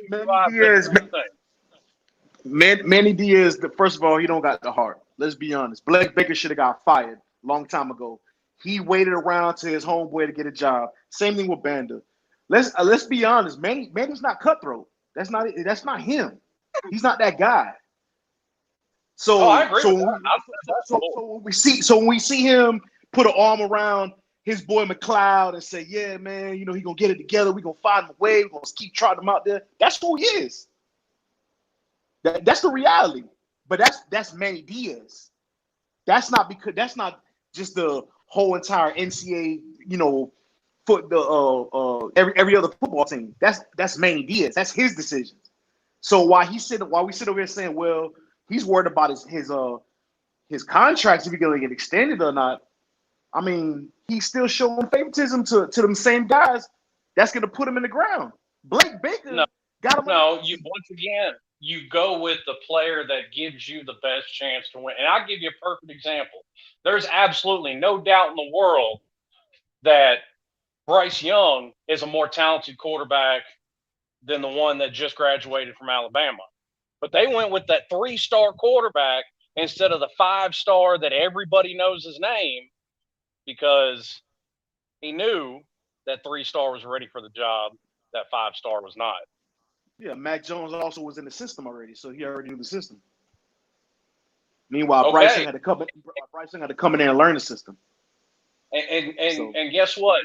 With the way we go through systems, they're constantly changing on the players. Nobody knows it. We're just now getting into the second season of a system that's probably going to be gone by the time this year's over with. So guess what? Everybody on the roster's got to learn a whole new system. I'm going to be honest. If Manny Diaz, okay, he's inexperienced, right? We did that. If Manny Diaz would have more trust and faith in his positional coaches, because I can't imagine that his positional coaches are not saying, "Hey, man, this guy's not it. I'm gonna change it up this game. I'm gonna do something different." I can't not believe that the position coaches even are not telling Manny, "Hey, look, let's try a different look. You know what, Amari Carter, we're not gonna start Amari this game. We're gonna have Amari come off the bench. We're gonna rotate him. He's still gonna get some snaps, but we're gonna change it up." We're not seeing that at all. There's no kind of change. There's no kind of rotation happening at all either. That's not one of my problems. Like, okay, let the kid start or let the young man start. But man, we gotta see what these other guys that's on the bench what they could bring. You get what I'm saying? Well, that leads me to this question. What recruit have you not seen on the field at all? Every single one of them been in almost every game, either as rotational or on special teams. But special teams, I'll give you that, but not getting enough snaps though. Let's be honest. Not enough snaps. Definitely not enough snaps. And I guarantee you it works at Miami just like it does at every other college in college football. The position coaches determine who's the starter because Manny doesn't have the time to sit there and watch every single player to know who needs to start at what position. That goes. Now I've seen games where you got, number 7 Restrepo. He's on the side. They got him trying to return balls and stuff like that. But I constantly see drop balls from D Wiggins and all of them. Why not put him in there instead of just putting him in there on 1 or 2 plays? Because they'll rotate him in 1 or 2 plays and then you don't see him the rest of the game. Give the kid a chance. If Wiggins and Pope is dropping it, put him out there. Give him more snaps. Give him more plays. Let us throw the ball his way. Let's see what he got. Hey, that's what I would love to see, to be honest with you. I would love to see, because I mean, we're acting like, and now that's nothing. If we're that bad, if these players that's on the bench are that bad, then we have a bigger problem than what we're talking about right now. If Pope and Wiggins has been the 2 best receivers for the last 2 years, then what the hell are we doing at recruiting? What are we doing? Here's my question. What's your definition of bad as well? Because an 8-2 record is pretty good. In a normal season, that would have been a 10-win year. Okay, I get what you're saying, but a couple catches changed that 8-2 to a 9-1. That bowl game alone, in the end of it, how many balls was dropped? Around 5 or 6. That's a game changer. We won that game by 14 points, maybe even more. It's just been inconsistency over the years. That's all I'm saying. When you have no consistency on your coaching staff, you're not going to have consistency on your football team. And I understand that as well. Another thing too, you got a guy like Xavier Restrepo. In these scrimmages, similar to last year, he's putting up great numbers. But yet, when the season time come around, we don't see him. Why? When we got guys like Wiggins and Pope dropping the ball, why are we not seeing more of them? Last scrimmage, Restrepo had 9 receptions for 144 yards. Come the beginning of the season, guess what? We're not going to see him. I saw every receiver in every game last year. But for how long did you see them on the field versus how long you saw Wiggins and Pope? That's the thing.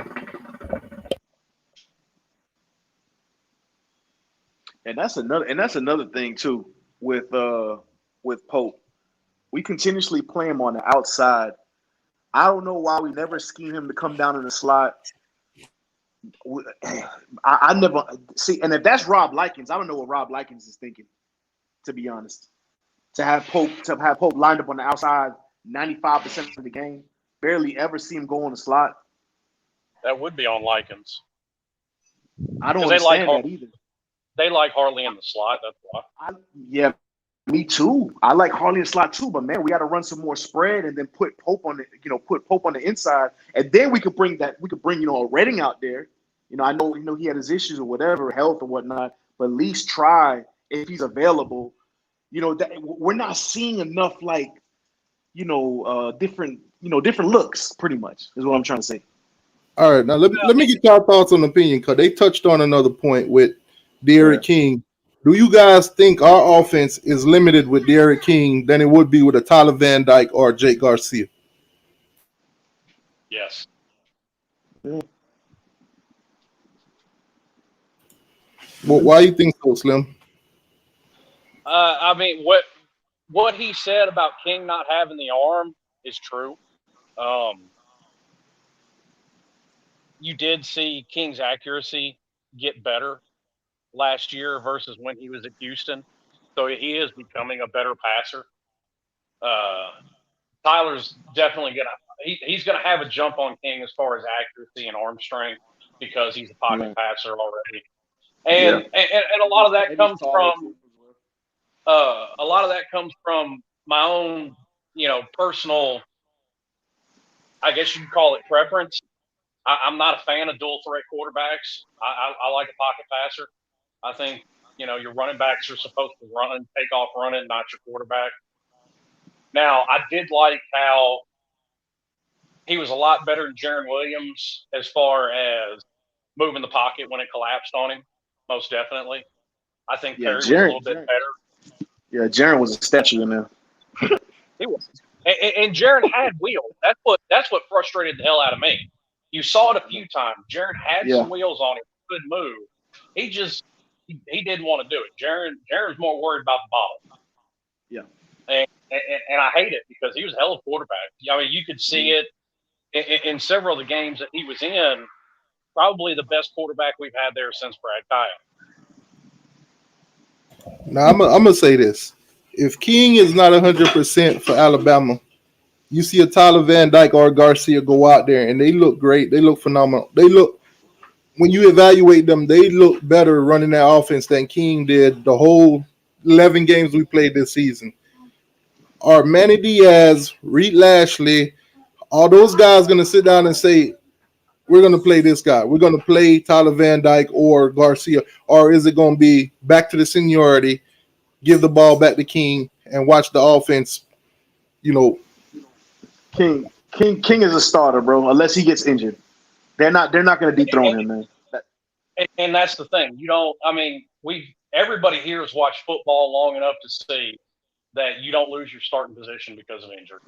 Whenever you come back, you get it back. I mean, that's just the way it's gone in all football. We've all seen it in college and the NFL. Now, here's the thing: just because say Tyler runs it in that Alabama game and it looks better than it did last year, that doesn't mean it would look better than what King would be able to do this year, because he's going to get better as a quarterback during this offseason as well. So you can't just say you throw Tyler in there and it looks better than it did last year. You can't just say, oh, he's better. Well, no, you have to have some comparison, apples to apples. You have to King this year too. Okay, so in your opinion, Tyler Van Dyke or Garcia or even Matoka, for instance, play against Alabama, looks phenomenal, whether we win or lose that game. King come back, he's healthy to go, whatever. He plays the next game or whatever. He doesn't look as great as those guys. Is it open competition? Do you think Manny Diaz is going to say, all right, our best chance to win is with Garcia or Tyler Van Dyke? Or is he going to show some kind of loyalty to King and just let King ride out the season? I mean, I don't know what he'll do in that position. I think, say it works out like that. Tyler looks good in the Bama game, but we lose. King comes back. The next game starts. He doesn't look as good. Yes, at that point, there needs to be an open discussion or competition on who's going to be the starter for the next game. Now, do you think Manny Diaz has the balls to make that move? I don't know. I mean, if he's thinking about that extension, then yeah. It's like I said earlier. It took Nick Saban 20 years in his coaching career to be able to pull that trigger. Also, I'm going to say this, bro. You got to think about it. After Alabama, look at our next two games. I mean, you could look at that and that could be, King's bounce back to basically say, you know what, I'm gonna keep King going forward. If he doesn't, Alabama, I don't know. You got that UConn team, whatever, the Central Connecticut. I don't even know what the hell that team is. You can't even count that. That's one where you'll get three quarterbacks into the game. But I'm just saying, though, he'll be able to work himself back. Is what I'm trying to say. I don't think they'll dethrone him if he doesn't look the part against the Alabama game. He still got two games, game 2 and game 3, to kind of bounce back to where they say, if it's a couple of cupcakes, those wouldn't be fair comparisons. It would have to be. I'm not going to say equal competition because I don't think there's another game on the schedule that would be equal competition. But I mean, say the next ACC game, or I think we're making up the Michigan State game this year. If it's Michigan State, make your determination with that one.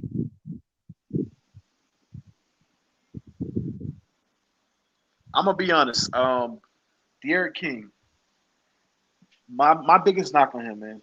I mean, I know his arm is not 100% the best, right? We know his deep arm accuracy. It's kind of hit or miss, right? My thing with him is he can't sit in the pocket and look at these receivers going across that middle. He always has to move. He has to roll out. That hurts us in a lot of ways. That's why we don't get no quick little dump offs over the middle. That does barely happen. His height hinders us in a lot of ways as well. I'm not even going to take nothing away from his arm. I would tend to agree with you there, but I mean, yeah, I hate to use it as an example because it's not the greatest one. But look at the Clemson game; he was running for his life. I mean, you wasn't getting no reads off in that game, regardless. Well, Okay. they had a spy on him. They had a spy on him, and you know what? I'm glad you pointed it out, Slim, because that right there is when I question King, because he did not know how to go through his progressions with that spy. That spy totally took him out of his. He literally had no idea. It's like he was just like a deer in headlights. He was like, "Oh shit, what do I do now? Oh, let me just tuck the ball and run." Well, all that spy was there to do was to cover him in case he took off. I mean, that's all that spy's there to do. But Right, here's here's also the problem. You also have to figure, much like the NFL, he's coming into a new system with no off season. That's going to hurt him. And the Clemson game was what, the fourth game of the year? Yeah, You might as well say third because all we did was really run the ball the first game against UAB because that's all we had to do. Yeah. Another point they touched on. You an NFL scout. Mostly none of the NFL scouts are looking at King right now as a quarterback. They're either looking at him to either run the ball or catch the ball as a wide receiver. So us as Miami, why are we not evaluating King based on what the NFL is doing, based on how they're looking at him? Because we're supposed to put him in the league, right, as a quarterback. But if they're not looking at him from a quarterback standpoint, they don't see him as a quarterback, then what's hindering us from moving him or playing a guy like Tyler Van Dyke or Garcia that could possibly be a bigger deal for Miami and going forward into the league? Because I mean, look at what N'Kosi Perry did in that Oklahoma State game. It showed that the passes that N'Kosi was willing to make and could make, King was hindered. King height is hindering him a lot. We can't. I'm not bashing King. I like what King did for Miami. Miami, the year before we were 6-7, we 8-3. We had a good year with King.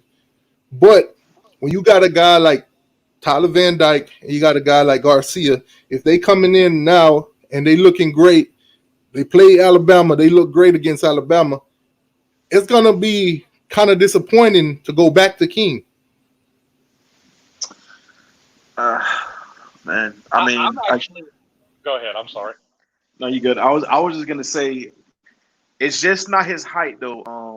T2I. We gotta look at it this: when he goes through his reads, you might get 2 reads out of him before he tucks. You might. He might go through 2 progressions, and then he's taken off. He's super athletic, bro. Right? So he knows. Oh man, I can't sit here and wait no more. I'm out. So he's gonna tuck and he's gonna be gone. That's what he does, right? That's Deriq King in a sense. He's super athletic. He does these plays. It's the reason why SEC Dog is like, man, as a college football fan, man, I can't wait to see him back in there. It's because of that. It's not because he gonna sit in the pocket and wait and get hit in the mouth and make that beautiful, back shoulder throw for the touchdown. He's gonna go through one, now. 2, he's gonna go ahead and move. That's pretty. Now look at it. Now look at it this way. As a college football fan, when you watch Miami, you're not a fan of UM. You're not a Hurricane. When you watch King play, what is you expecting from King? You're expecting to see him run the ball. You're not expecting to see him make these great throws because nobody's expecting that. Nope. Expect him to run because he had first player missed. He had plenty of passing touchdowns at Houston. Now, this is actually one where I agree with you, T2I, but I'll argue the other side of it. I agree with you that Van Dyke or Garcia are probably going to be better for Miami as a quarterback. But I also look at this, like what he just said about, King going through 2 reads and then tucking and running. That was King at Houston. That was not King this past year. And you actually saw King end up taking more sacks than he should have because he's trying to stay in that backfield and pass the ball. Because he's trying to show pro scouts, his ability to throw the ball. Some games, but not every game. Not every game. Not when he's confused. The majority of games. And really, The there was no games that matter, he didn't do it. And really and truly, there was no confusion in even the Clemson game. It was real simple what Brent Venables did. He put a spy on King in case he took off, and he stacked the box against the run game and played tight man against the tight end. So Brent Venables went into that game saying, Deriq King's going to have to beat us outside the numbers. And that's Deriq King's weakness. And that's something Brent Venables is very good at doing, is finding a quarterback's weakness or an offensive period weakness and exploiting that. But when you got a guy like King that takes off probably 80% of the time, how hard is it for a defense to plan to stop him? That's the thing. He doesn't. He didn't do that at Miami. He did that at Houston. King barely took off 50% of the time at Miami last year.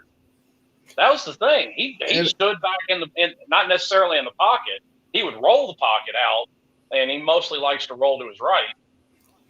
Exactly. But as a defensive coordinator, those are tendencies. You as a fan even pointed that out. So you don't think defensive coordinator is going to see that and say, okay, King's tendency, he's going to roll to the right. Well, I mean, there's not a player in football that doesn't have tendencies. They all do. Yeah, but how easy is it for a defensive coordinator to plan that? I know when the line collapses, King is going to roll to the right. Oh, I mean, it's everybody has tendencies. It's all sitting down watching film and watching what they do. But there's no confusion when it comes to King. You know, when King snapped the ball, he got the ball. He might one or two times he might look, and then he's gonna take off. Or if he doesn't take off, he rolls to the right. Here, I give you a perfect example. What a lot of defenses did in 2019 against Jaron Williams was play cover 2 defense, two safeties deep, because everybody saw it. Jaron Williams just almost automatically looked past his first read deep downfield and is automatically checking down. Yep. So defense check down. Yeah, I mean, every quarterback has tendency. And another thing that the guy brought up that I thought was very interesting, those little small throws across the middle and stuff like that to pick up those little yards, those necessary yards, we can't get that from King. Actually, you can't do no quick dump it right across the middle with King. Actually, you can, and that's a lot of what they did. Because I mean, honestly, what's the difference between a quick slant across the middle and a screen? You're catching your player in stride. Hopefully, most of the screens are in the backfield. Most of the screens are right there, right to the side of them. Throw it across the middle and watch it get batted down. Well, if you let me finish, I said, or you're catching the guy with blockers. But the problem is, and this is where I'll put a little bit back on the receivers. You got too many receivers on this team that'll get knocked down by a road feather walking across the field. These guys cannot break tackles. These guys cannot make people miss tackles. Nope. And I guarantee you, they're all taught it. Just like I said, I guarantee last season, Mike Rump was banging his head against the wall every time he had to tell the guys to turn around and play the ball, not the receiver. But you can't make them do it. Yeah. Also, that scheme ain't helping out either. Having them guys play 5 yards off the ball, 10 yards off the ball, like that. I'm not a fan of it. There are defenses, yes, that make it work. I'm not personally a fan of it. Mm-hmm. Now, let me tell you this. To what OG Kane says, those passes that King made across the middle that we saw, those were not quick passes. Those was wide receivers getting open and he threw it down the field. But when it comes to a quick pass to pick up a 3-4 yards necessary, we didn't see those from King. Those would have got patted down.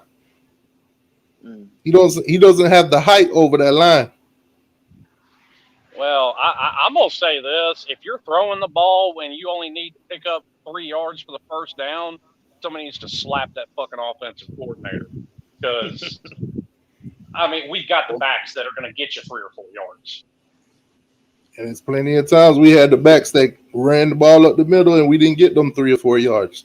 You know what? Sometimes you gotta be able to get those passes for them 3 or 4 yards. Sometimes you gotta play that because the defense, if you run the ball every single time for that, you're not confusing no defense. They're gonna expect the same thing every time and they're gonna find ways to stop it. And we're gonna punt the ball away. I get what you're saying, but that doesn't work when you have running backs that are good enough. And we have running backs that are good enough. The problem is you've got guys like Cameron Harris who wants to highlight play of busting through the line when they call a run up the middle, when you've got guys like Don Chaney who, if that hole up the middle ain't there, Don Chaney's going to cut it back to the outside. And he's going to pick up those yards. So it's not just what play is called. You also have to count on the players to do a little bit of thinking. If the hole's not there, you find your hole.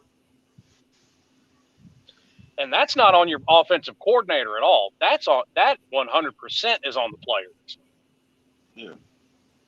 All I'm saying, Slim, if I'm a defensive coordinator and I know every 3rd and 2, 3rd and 3, 3rd and 4, they're gonna run the ball. How hard is it for me to stop it? Unless I'm Blake Baker.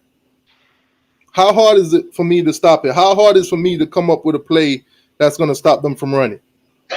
If I know they're gonna run every single time because they can't make them small throws.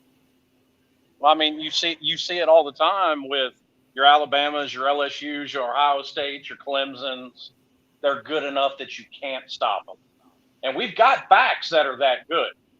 I'm not questioning none of our backs. I believe in Harris. I believe in Don Chaney, Knighton, and whoever we got in the backfield. But like I said, when it comes to defensive schemes, if they know we running the ball every 3rd down, eventually we run the ball every 1st and 2nd down. I mean, look at the play calling last year. And that's another thing too. A lot of people saying, Reed Lashley's offense, this, that, and third. I understand. But when you got a limited quarterback, it ain't too many plays. It ain't too much you can open up that playbook with. And we saw that when Nkosi came in. We saw that. When they had no choice but to play him because King was hurt, we saw the playbook opened up. Hey, I've been beating that drum for 6 months, and everybody called me crazy as hell, so I don't even want to hear that. 1st down and 2nd down, calling running plays, man. That I was tired of that after game 3. I don't understand. And then you call these runs up the middle every time. I like that play calling was so vanilla this season. It was ridiculous, bro. I never understood it. Did you think? Now, let me ask you this, man. When you watched Nkosi came in against Oklahoma State, did you see a vanilla offense? No, I didn't. He went to the air raid immediately, and that was the first time I saw us running through air raid. And that's perfect. Air raid. The key word is air raid. Why did we bring Reed Lashley in here? What offense was he selling when he came here? D2I. Well, with King, you got to run the RPO though, bro. Hang on. Y'all can quit that conversation right there because he didn't throw no air raid. The 3 of those. But that's why we brought him in, because he was going to bring the spread offense, the air raid offense. Wasn't that what Reed Lashley said? No, that's not what he said. No, he didn't run the spread. He ran 4 wide receivers maybe a dozen times last year. No. I'm talking about when Kosi came in. I'm talking about for those 2 quarters. When Kosi came in. I'm not talking about those. Those were, guess what? 3 of those touchdown passes that were dropped were all screen passes. He didn't change up his play calling whatsoever. Nobody still ain't answering. When Wasn't Reed running last RPO. came in, wasn't we expecting to have a air raid offense? I wasn't. No, I was expecting exactly what I've seen most of All his right. career, which is I the guess RPO. I'll do it in another video. I'll pull it up and I'll put it out there. When we was interviewing and doing all this press conference, when Reed came in and what we gonna do schematically and all that crap, and air raid was what I was hearing. And that didn't happen. What you And got to it say didn't something, happen. De'Aaron? But it didn't happen because. Go ahead, Slim. I said the word air raid never came out of his mouth. He didn't run an air raid at Houston. He ran an RPO at Houston.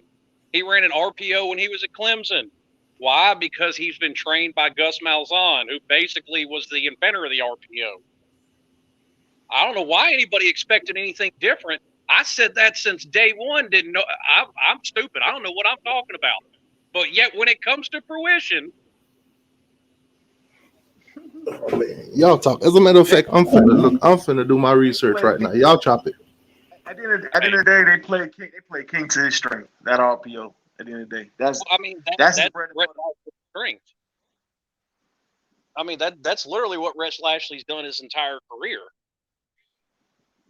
Now you have to figure at Houston, there's going to be more open receivers because defenses are absolutely terrible in that conference. Exactly. Terrible. But I mean, that's just that conference in general. I mean, he's in the same conference with UCF. They wasn't running no air raid. It's just terrible defenses make offenses look a whole lot better. Memphis is in that same conference. I mean, when they were trading back and forth for the whatever conference, I think it's the AAC, when they were trading back and forth for conference titles, I mean, somebody was winning 55-60. So I mean, you could run a basic offense and you're gonna run up a lot of points there. Yeah, Slim is talking about Deriq King. He's not talking about Rhett Lashley at Houston. I am talking about Rhett Lashley. That's exactly what I'm talking about. Oh, you say Houston though. Everybody's thinking you're talking about Deriq King when Deriq King was in Houston. No, Rhett Lashley was at SMU, which is in the same conference.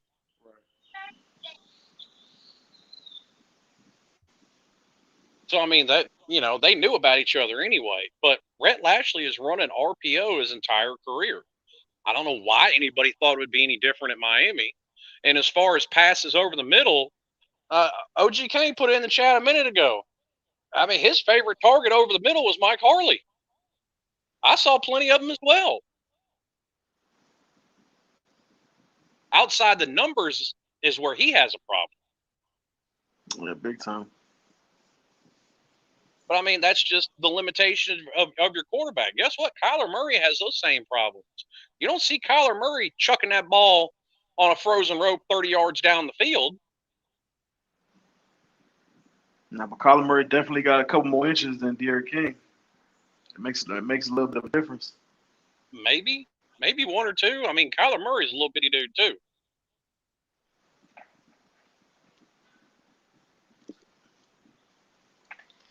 So I mean, either way, I'm gonna say either way it goes, man. We're gonna live and die with the quarterback play this season, regardless if it's Deriq King, RPO. We're gonna live and die this season with quarterback play. And if the quarterback can get the ball to the receivers and the receivers are still dropping, we're gonna have the same result. Or if Deriq King is missing wide receivers wide open and the deep ball accuracy is not there, we're gonna still have a problem because everybody knows we're gonna run the ball. We got a loaded backfield. I'm gonna be surprised if every team that we play against this season is not gonna load that box up, is not gonna put a spy on King to beat us throughout the whole entire season. Because they know we're gonna run. You could still be successful doing that, though, is my point. Look at Georgia. They're successful doing it. What do they do other than run the ball? Yeah. I mean, and they made it all the way to the national title game a couple years ago. I mean, every time they've played Alabama, they've been leading at halftime. I'm going to say the difference between Georgia and us is for some reason when it comes to how we should come out against certain teams and try to close them out or finish them off or start strong. We tend not to do that, man. I mean, who's been our biggest notable wins in the last 5-6 years? What was it? Notre Dame? What, 2017? I mean, we tend to like, crumble under pressure. I mean, look what North Carolina did to us. I mean, come on, North Carolina's not an elite team. They're a good team. But there ain't no way in hell we should have got destroyed the way we did like that. I also think that's a fluke game. They play that game 100 times. That's the only way it turns out like that. Because, this is something else that we beat to death.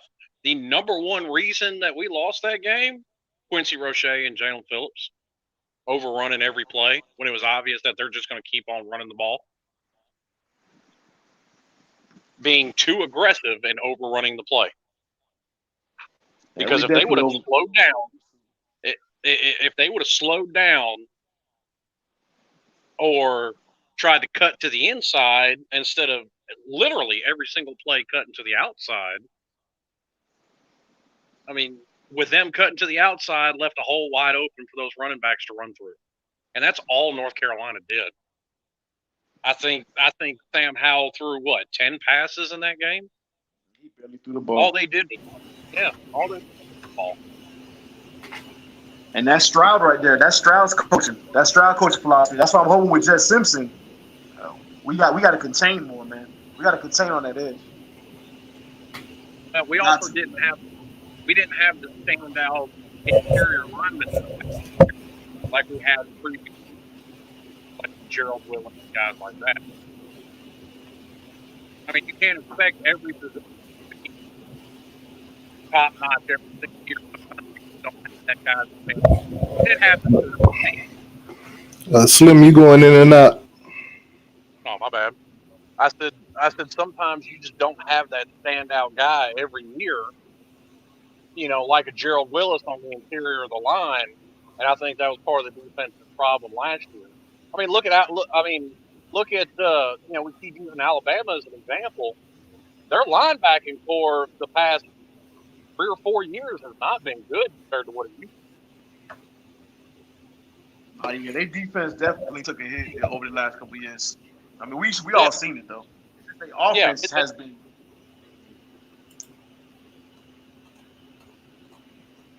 And guess what? You're going to see their offense take a step back this year. Why? Because they lost a lot of really good players, and they lost their offensive coordinator. Yeah, they got Bill O'Brien. They still got Michi though. So I mean, Michi's. I'm hoping he doesn't kill us. I get that, but at the same time, you lost Waddle, you lost Smith. Lost your quarterback, lost a lot of experience off the offensive line.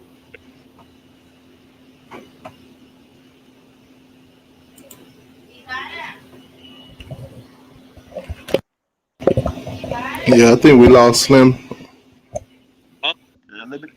You going in and out. Liberty City Boy said it's the coaching. We had the talent, but not the coaching to put us in the right schemes. Been like this for years. All right.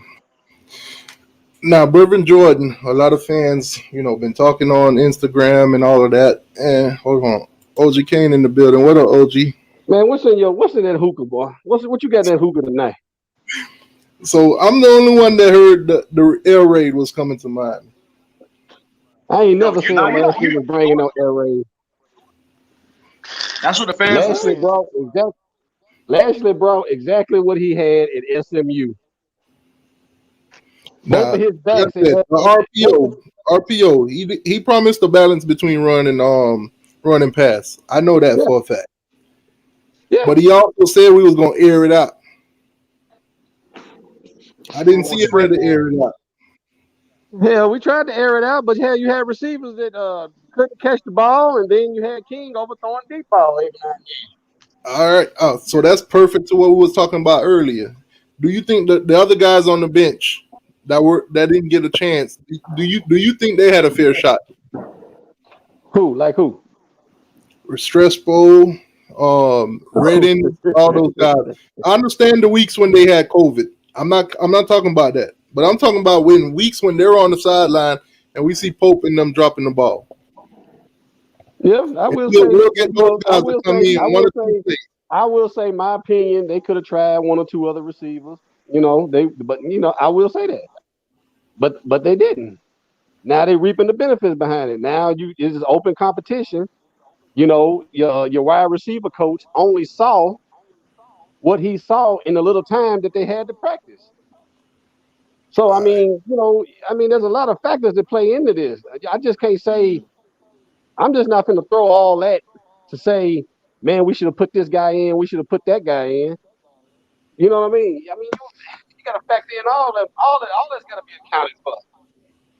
All right, so what I got here on the screen is Brevin Jordan, basically the interview after the pro day. And I want to hear what you guys think, but this was like the last minute or so of the interview that he did, and I want to know what you guys think of it. So I'm gonna just play it, then y'all let me know. You know what part? That's my love for the U. I've put my blood, sweat, and tears into this university. You know, I brought Bubba Boyd in here. I brought Jalen Phillips. Tay Martell was playing out to be a great player. You know, things just didn't work out for him. So I put bust my tail. For the University of Miami. I love the school. I love the university. Anybody that tries to doubt me, tries to say anything, my injury history. Football is football. You're 100% guaranteed to suffer from some type of injuries. It's just magnitude. I'm suffering list right now. Rather get served. I missed 6 months, 7 months where I'm really supposed to be out of here. You know, I'm getting AC. You can probably see it. My shoulders popped up still. I'm suffering. I'm suffering from serious injuries. And anybody that tries to doubt my career at the university, I look at you like simply don't know what I'm talking about. Because I put my blood, sweat, and tears into this university. My 3 years, I was consistently a playmaker. Just the day I stepped on campus, the first game, I've been a playmaker. My 3 years, my sophomore year, I was a playmaker. My junior year, I was a playmaker. Freshman year, I was a playmaker. Anybody that doubts it, I think you're simply foolish. Football is a tough game. It's a tough game. So you call me soft, you're sorry, excuse my language, you're stupid. Because I put my blood, sweat, and tears into this university. I've had 3 different offense coordinators, 4 different quarterbacks.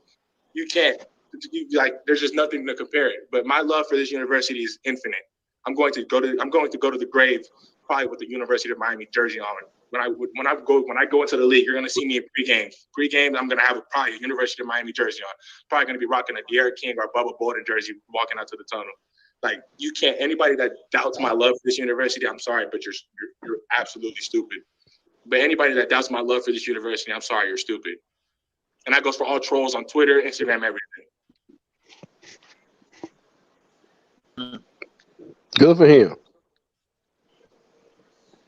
For the years, it's always been Brevin versus Pitts. So when Brevin come out and he runs a 4.46, and then you got a Kyle Pitts that run a 4.4, then a lot of guys go to talking. Man, Kyle Pitts ain't no real tight end, bro. Kyle Pitts exactly. is wide receiver. Exactly. And then another thing for that, he just young and in his feelings with this online. Because if it had been me, I wouldn't even give that type of energy to the fans talking that mess. Because guess what? I played college ball and now I'm finna go to the league. So what I need to talk to them for anyway. I wouldn't even address them. But I thought you were gonna play the part where he said that with his time here, he went through 3 different offensive coordinators. He played with 4 different quarterbacks. Yep. And he said that he wasn't unleashed to his full potential while at UM. I thought you were gonna play that part because that right there is the most concerning statement. And that shows what we have been doing for the last 10, 15 years. We don't develop these players to be better than what they are when they're coming in. We get them at 4-star, 5-star, or 4-star, whatever, and we don't be able to take them to the next level. Then they go to the NFL as a lower draft, 3rd round, 4th round, 5th round, 6th round, and all of a sudden, now they made a name for themselves in the NFL, and they got a 5, 6, 7, 8 year career. But on the flip side, though, hang on, he also told you in that statement exactly why.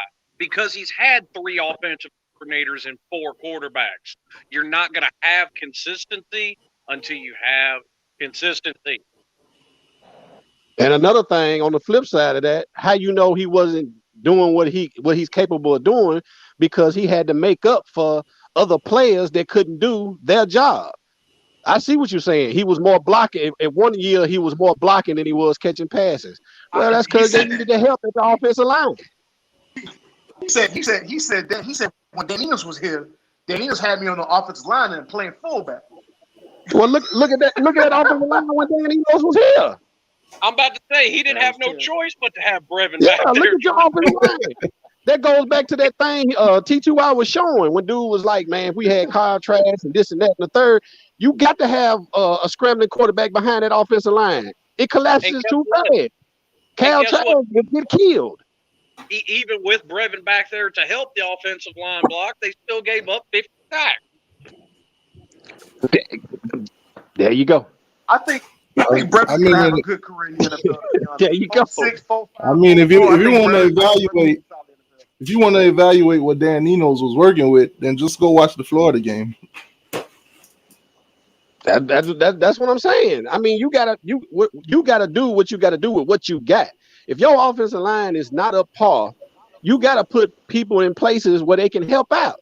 So therefore he can't go on his routes and run and catch because he's got to help block.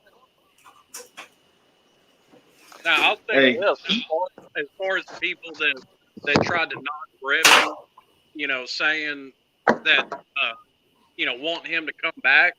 I think he should have came back, but I think he should have came back to show NFL scouts that he can actually go a whole year without getting injured. I think that's a big problem right now. Yeah. I think Brevin's gonna be all right. Yeah. I don't have no doubt in my mind. I think he'll be just fine. I believe we'll see more out of him in the pros because guess what? Some pro teams ain't gonna have the O-line problems we had, so he'll be able to reach his full potential. True that. But you got to play and use what's on your team. I could have a pro style quarterback that's just out of sight, but that pro style quarterback ain't gonna be worth a shit if he ain't being protected. My bad, T2. I didn't mean to cuss. Oh no, you good, man. That clip I played, I think they did a lot of cussing in now.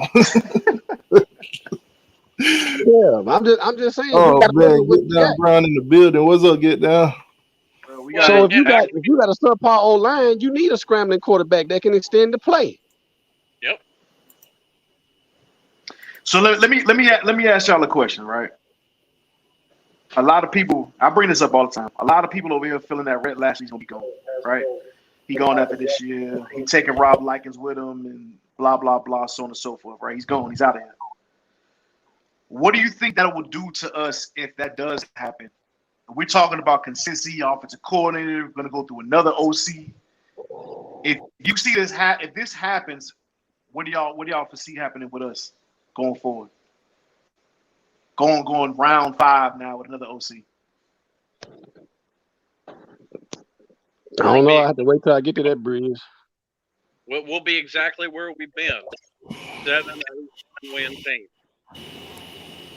Now, what I'm gonna say is, if we get another OC, at least be something similar to what Reed Lashley run. My opinion, it's all about the scheme. And whatever OC comes in, it's all about the scheme. If it fits, can he make it fit with what he's got? That's just my opinion. So whatever OC you bring in, as long as his scheme can fit with what he's got, I mean, I think we'll be okay. That's just my opinion. Yeah, like I said, if it's something similar to Reed and the kids that are on board right now ain't got to do a whole 360, then we might survive. We might not be the best, but we might survive it. But if it's somebody come in, I mean, total different, everything, you got to learn everything all over again, we might be in trouble. Yeah, and you got to remember, most OCs, when they come in, they bring their own people. Yeah, you might have so a guy be right back in the same line. Hey, I'm gonna need you to swipe left. The other guy might come in. All right, well, all that, throw that out the window. You swiping right now. Well, and chances are, even with a similar system, you can end up with that anyway, even in a similar system. We can't keep turning It was all over. We about- can't keep turning over to these coordinators, man. We can't. This offensive coordinator carousel at University of Miami's been terrible, man. See, It's there's all a about- reason. There's a reason Alabama got to the point where it doesn't hurt them to change coordinators like that because they were well established by the time they did. Yeah, Kirby And Smart. also they able to do it because they got consistently O-line play. They do. Well, they've been able to recruit. I mean, they haven't had below a top 10 recruiting class since 2010. So who knows with Dan Enos? Everybody talk about Dan Enos. Dan Enos might have cut up at Alabama if he stayed as the OC. I think a lot of You people don't know. I think a lot of people gonna see a what if with Dan Enos come this season because Maryland, he's at Maryland, and he's an OC again, so he don't move his way back up. So I think if you watch Maryland play, and I wouldn't say he if he come out his first year at Maryland and he looks good, then we might get a glimpse of what could have happened in Miami. But if he come out, he struggles, and then the next season come around, he still has that job, and you see he's looking phenomenal, then hey, we might have said we jumped the gun on him. Well, and that's the way things tend to work out. Things don't look outstanding year one. No. Nope.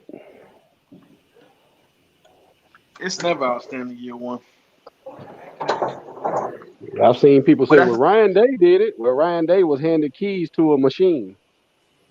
I'm about to say, Ryan Day was handed a playoff caliber team, and then got Justin Fields dropped in his lap on top of it. Exactly. I mean, look at it this way. I'm just saying what some fans would say. They'd be like, well, Ryan Day did it. Now look at it this way. Look at it this way. You got Dan Enos and you got Ryan Day. So you put Dan Enos and Ryan Day out there in the desert. You give Ryan Day water. You give him a dirt bike or something, and then you just give Dan Enos the clothes on his back. That's what he came into Miami with. The O-line was terrible. With Ryan Day, he pretty much had everything on the team already. There was a whole lot of things terrible when Dan Meyer Enos had got that team set up for him. I'm just Now, being honest. I've said this in other shows. I said, give it another 2 or 3 years, and you're going to find out if Ryan Day's a good head coach or not. Let all the Urban Meyer's players get out of there and see what he can do. Hey, Slim, you mean like Larry Coker? When all Bush players were gone? That's what Ryan Day is. Another Larry Coker. There you go. Now here's the thing. Larry Coker was handed the perfect team on a platter and got lazy about it. If Ryan Day doesn't get lazy, Ryan Day can be fine. That man got lazy. And then he fired everybody to try to blame it on it, all the staff and people on the inside. He got rid of everybody. And still didn't save his job. He still didn't get the axe. All right, so the pro day went down, and you seen the numbers that Phillips put up. You seen the numbers that Roche, Russo. I mean, my guy was tearing up Russo's name. You see that, OG? Yeah, I saw it. I said, man, I can't talk about PPI. But go on, say Restrepo for him again. I was like, hey, man, I ain't the only one out here ripping names apart. That was say Rusto, what's his name? But y'all see their numbers and stuff now. Jalen Phillips, from what I'm looking at, and some of the numbers that he put up and everything, and shout out to Cole Perry because I seen the information from him. Now they're saying ranked from defensive ends that put up numbers or whatever, that Jalen Phillips is probably like number 3 out of 1,300 and something. The numbers that he put up was so phenomenal.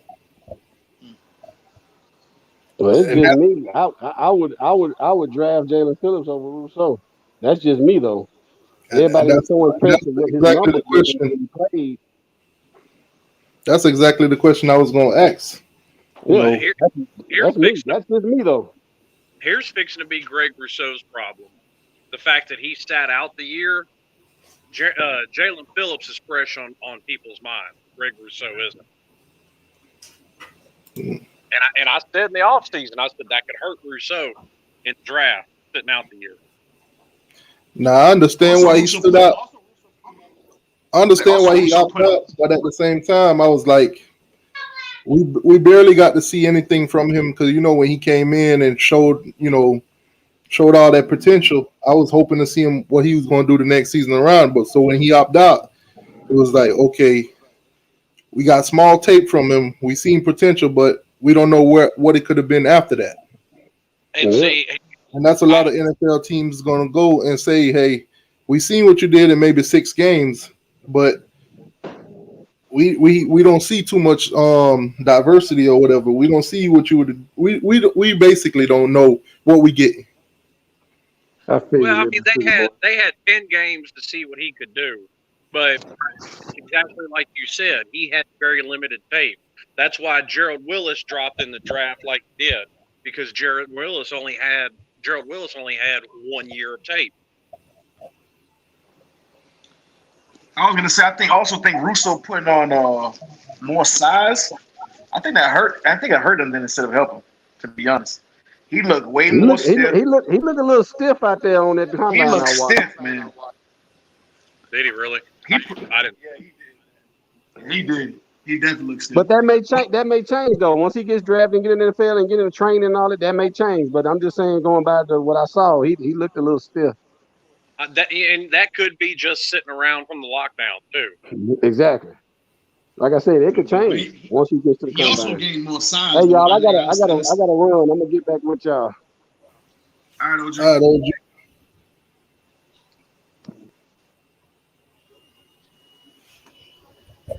Yeah, that's what I'm saying. I think him putting on more size, it hurt him. At least in this pro day.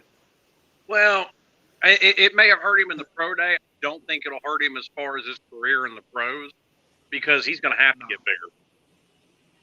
Oh yeah, and he has the more upside. To be honest, I mean Phillips is pretty much tapped out. Not saying that he's not going to be a good or possibly a great D in the NFL, but you already got the max on Phillips. Russo window is big.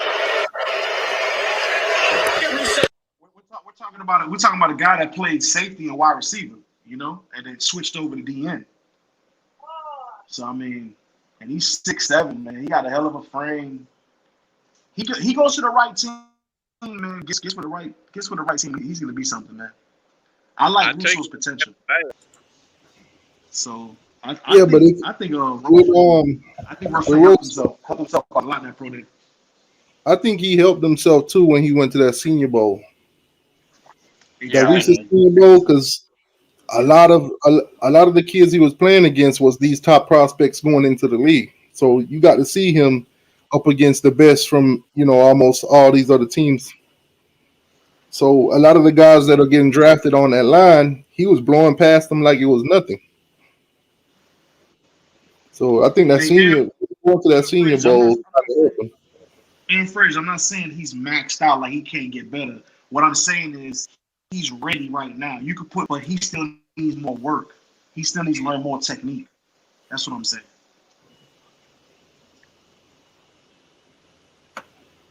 Yeah, actually, just there, I think Rousseau's better of the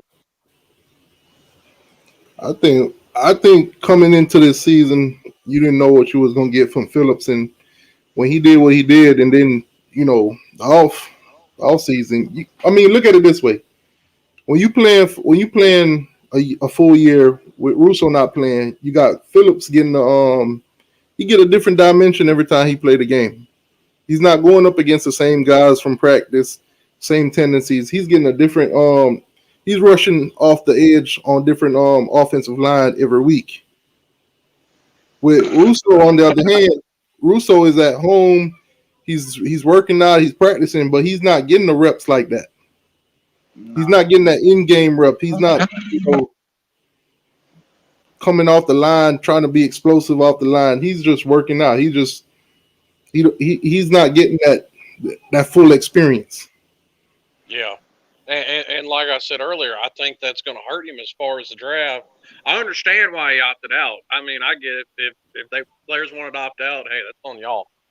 But I think that's going to hurt you as far as the draft because now they've got all this play by Jalen Phillips and Quincy Roche is more in the forefront of scouts' mind than Greg Rousseau's. Yeah, I think Roche earned himself a third round pick. To be honest with you, bro, I think he was looking. Because I mean, look at Roche numbers. Even his numbers was similar, if not better, to Russo's. But then again, this is combine stuff. In game is a total different story. It is. Exactly, of course. But I was surprised when his 40 time is even better than Russo's.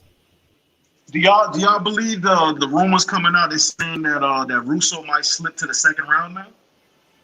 Or y'all think that's just gas? I mean, after that pro day, I wouldn't be surprised if he does. I wouldn't be surprised if he slips to the third round just the way I think the draft's going to go this year. I think you're going to have a bunch of quarterbacks taken in the first round. I mean, even the first 4 picks might be quarterbacks. Yeah, I think you're going to have more quarterbacks than normal taken in the first round this year. So I think people that are not expecting, certain players are going to end up dropping to the second, and third round. Whoever lands Russo, man, that's gonna be a hell of a talent, man. If he slips to the second round, man, especially if it's late, somebody's gonna come up, man. I mean, here's the thing: you go in the second round, you still get one hell of a paycheck. Yeah. I mean, put it like this: you didn't play a whole season, you got limited tape, and you get drafted in the second round. That's a success. That is definitely. I know he might feel a little disappointed because he won. Everybody wants to be a first rounder, but at the end of the day, not too many players go into college and then go into the league. A lot of them don't get drafted. Well, also name somebody that's only ended up playing 1 year consistently as a starter and went in the first round. Yeah. Very, very few, if any. And was never a defense and was never a defensive end in his life until he came to college. Yeah. He was a safety wide receiver. I said it a minute ago. Somebody got Gerald Willis at a steal because if he would have come back and gotten 2 years of tape, 2 years of dominant production, and then he would have been probably a second or third rounder. I don't see him taking it would have to be a very exceptional interior lineman to go in the first round. And I don't think he was quite there, but I think 2 dominant years, he could have easily gone in the second round. Yeah. I was gonna say one thing that I was surprised about when it comes to Russo, right? Because I'm a Dolphins fan, obviously, and one thing I noticed, Flores, looking at who in draft and who he's scouting, I didn't hear Russo's name. I heard Phillips and Roche, and that kind of, and this is before the pro day, so that kind of alarmed me. Like, man, I mean, you know what I'm saying? Like, is he seeing something that maybe everybody or maybe the fans are not seeing? Because we don't have an eye on Russo. See, we have know a lot more. Obviously being Miami fans than necessarily they would. But I mean, to me, the simplest answer is usually the right one. Phillips and Roche are have done more for you lately because they played this year. Yeah. So they're going to be more in the forefront of people's minds. All right, so I don't know how coached Roche in that Senior Bowl as well, because Flores was the head coach of that team. On the Senior Bowl. Yeah, maybe we got some NFL guys in the chat that probably would know more about this than I would. But I mean, looking at the this is the picks right here. This is the order that the picks are going. I'm not sure what each team needs, but this is the order here. If you're one of these teams, which one of y'all? I don't like I said, I don't know who knows, but which one of these teams do you think would go after you know, Roche, Phillips, Russo, Number 11, Phillips, New York Giants. number 11, New York Giants? And Yeah, what because about a Greg Russo? I don't know. Shoot, what about Brevin Jordan? Which one of these teams do you think would need a tight end? Brevin Jordan said, Dallas needs I a tight believe, end. yeah, Dallas reached out to him, but obviously I don't think he's going the first round. But the Cowboys, I think he said the Bears. He's trying to. He talked to people from Tampa. He named a couple teams out there that I guess are interested in him. For whatever reason, and I can't figure out why, but Tampa seems to be leaning towards a running back, which I think is dumb. What, in the first round? Yeah, to me personally, with the situation Tampa's in, number one, they should have signed Leonard Fournette to a longer year than one deal. Number two, you've only gotten Ndamukong Suh for a limited amount of time. You need to be looking at another interior defensive lineman. And I think Greg Rousseau has the frame to grow into that position and already showed at Miami that he can be effective from the interior of the line as well as the end. Mm-hmm. And, I mean, can you imagine, say, Greg Rousseau on the interior lined up next to an Ndamukong Suh with Shaq Barrett and JPP on the end? All right, so this is on Yahoo. So this is Eric, whatever his name is. Basically, first Trevor Lawrence, then the Jets, then you got San Francisco, and all these other guys. So they got Kyle Pitts going for number. Kyle Pitts is not going to be a tight end in the NFL. Kyle Pitts is going to be a wide receiver. Mm-hmm. He ain't big enough to be a tight end. Yeah, they got Jamar Chase first wide receiver taken. You think that Jamar Chase is not going to go to Cincinnati with Burrow? And see, that's another thing too. I think Jamar Chase going to end up a Bengal. I think him and Burrow and that's another thing too. Like I kind of questions, got question on Russo's training, because then you got a guy here, the linebacker from Penn State. I'm sorry, he's projected at number 7, and he sat out the whole year too. So what kind of training did he get compared to Russo?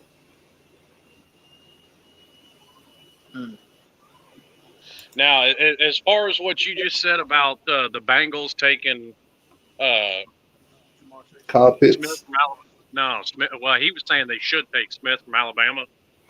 I don't think they will because here's the thing. No, Jamar Chase, not Smith. I think the Bengals should take Jamar Chase to hook back up with Burrow. I don't think so. For the simple fact that I don't think Kyle Pitts, like I said, Kyle Pitts won't be a tight end. Kyle Pitts can be more dangerous outside the numbers than almost any other receiver coming into the draft this year because of his size. Because he is bigger than a normal wide receiver. Okay, so they on that same list. They got number 11, the Giants. Miami's Jalen Phillips. This makes sense for him to go to the Giants, bro. This is what they do. Yeah, they need some help. That's what they look for too when they come off the edge rushers. Somebody like Phillips. And see, they're saying that the Dolphins might go after another edge rusher out of Georgia. Big team. Well, I know Tampa Bay has been in contact with Greg Rousseau. I know they've been in contact with, they've been in contact with Travis Etienne, and now what ESPN is starting to say is actually something that I've said all year long.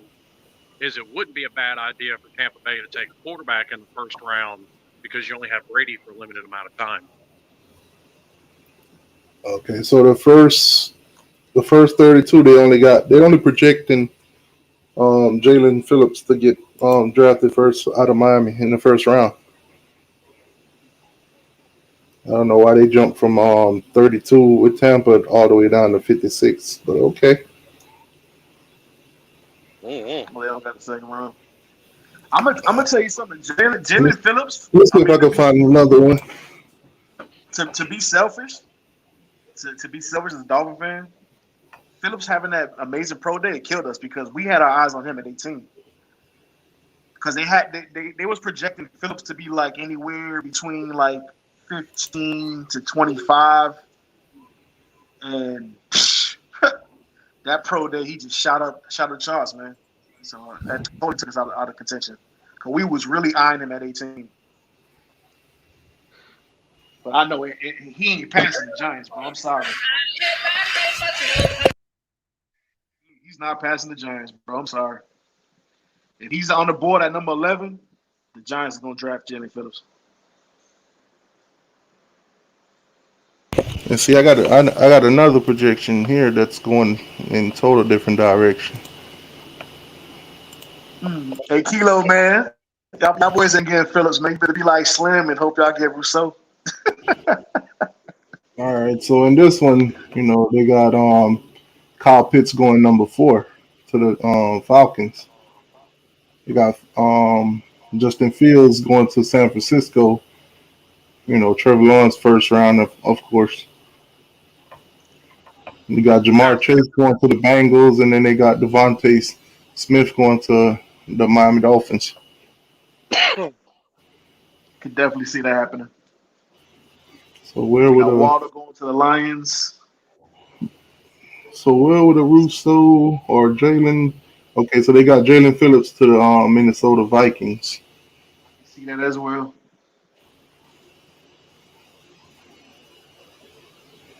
Yeah, He would fit well out there with the Vikings too. Then they got the Patriots taking Mac Jones on that. I've heard that. Mac Jones, Patriots. I mean, here's the thing. Yeah, that's another thing too. With Calby Fairley, he sat out for Virginia Tech this year, and he's still projected to go in the first round. So, like I said, that's that kind of question. Russo's training over the past year. So these mock drafts, we got Russo in the first round. No Russo in the first round. Oh, this one does. At number 27, they got him going to the Ravens. Man, the Ravens better draft a quarterback. I can see Rousseau with Baltimore, man. All right, so this one goes into the second round. Let me see if I can find any of our guys in the second round. It's not showing anybody in the second round. It's saying Florida State might have a guy in the second round to the Ravens. Hey, Bahama, the lack of taping, man, bro. That pro day, bro. It was so unfortunate to see. If Russo went, then Phillips went. Russo went, and Phillips went. So it's like you compared them the whole entire day. Yeah, so this one they just project in the first and second round. I think it's probably too tight to go past the second round. Let me see if I can find any other one. So probably get a somewhat of a thought of where these guys might end up.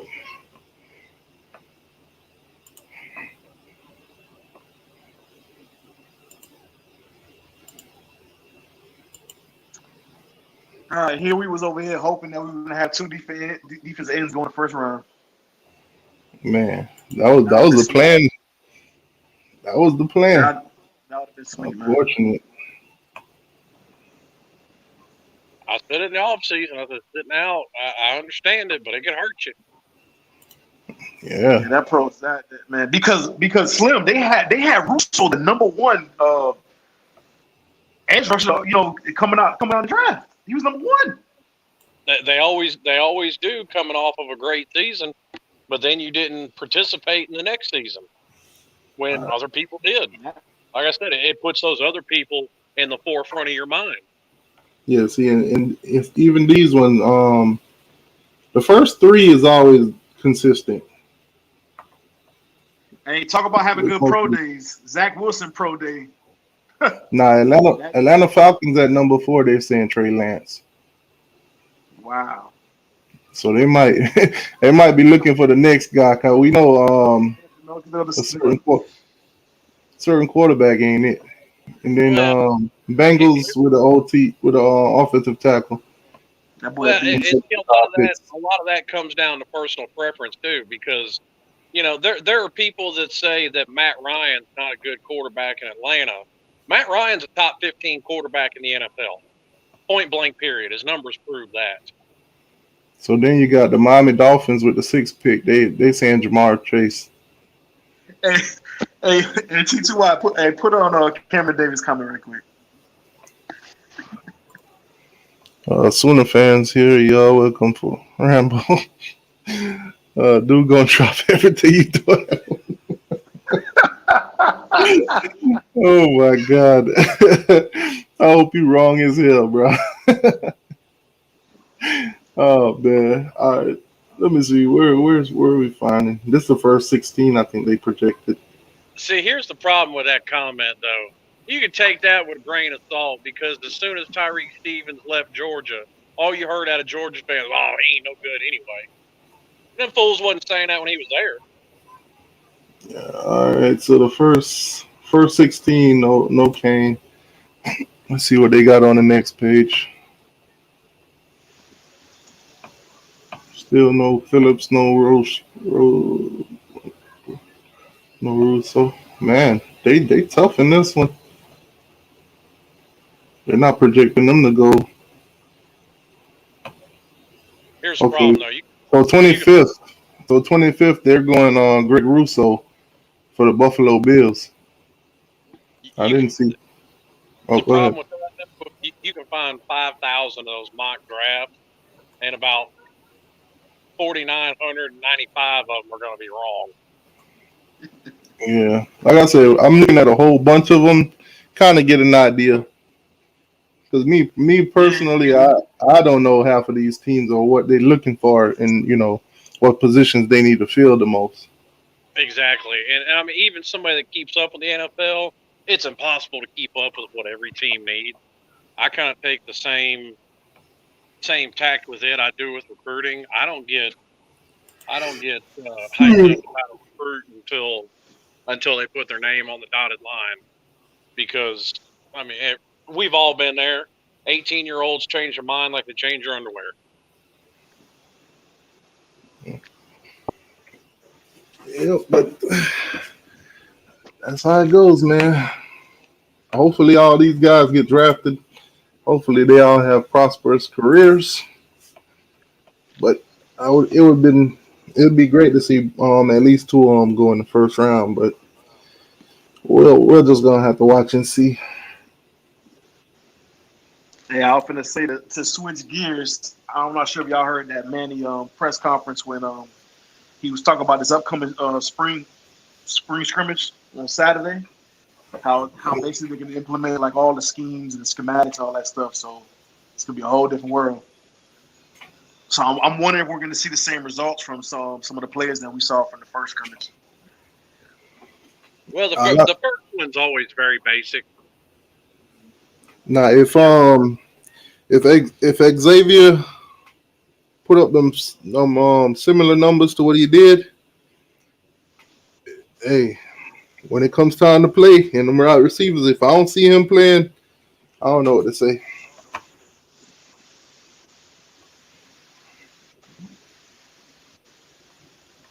Well, I mean, as far as the scrimmage goes, Pope put up good numbers. Harley put up good numbers. Wiggins put up good numbers. So, I mean, you're still kind of in the same position. Yeah. Probably more so who they highlight, who they want to highlight and say who showed out or whatnot. Yeah, I didn't hear anything from Pope or Wiggins. Well, we saw Pope got drilled by Amari Carter. Yeah, that was that was a poor little Timmy moment. Shout out to Coach Hayes. Well, and here's the thing too. We people have looked at these highlight films, and I saw a bunch of videos of, I think it was Mike Harley burning Tyreek Stevens, and everybody was jumping onto the fact, oh, Tyreek Stevens ain't that good because he just transferred in. And I saw a bunch of videos pop up, and a bunch of people saying in comment sections, oh, Tyreek Stevens ain't that good. He just got burned by Mike Harley. All right. So another mock got the Dolphins taking Jamar Chase. So that's two of them we've seen so far. And here's my thing. People focusing on stuff like that, and that's why I think people are taking, especially spring, too far.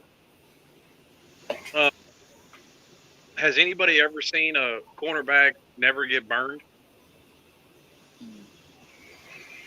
Nope. Best I've ever seen, and I've seen him get burned.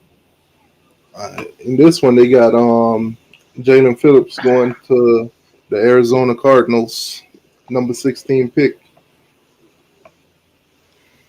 And you know what's so funny when it comes to spring? I remember one year, Malik Rozier, he was balling in the spring game. That's when they had the spring game at this little small stadium in Fort Lauderdale called Lockhart Stadium. And I remember I was over there, and Malik was balling.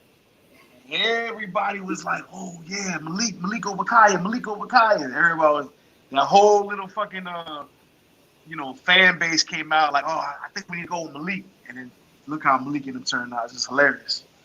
So we can't judge everything by the spring game, man. Yeah, now on this one also they got Greg Russo going to Pittsburgh Steelers in the first round, number 24 pick. Well, since you brought that up, I'm gonna use this example again because this is an example I like to use, and I've used it quite a bit, and I'm finna use it again. This fan base thought they knew everything, flew banners trying to get Butch Davis fired. And how dumb did they end up looking in the end? This fan base still hasn't learned from its mistakes. Okay. Not at all.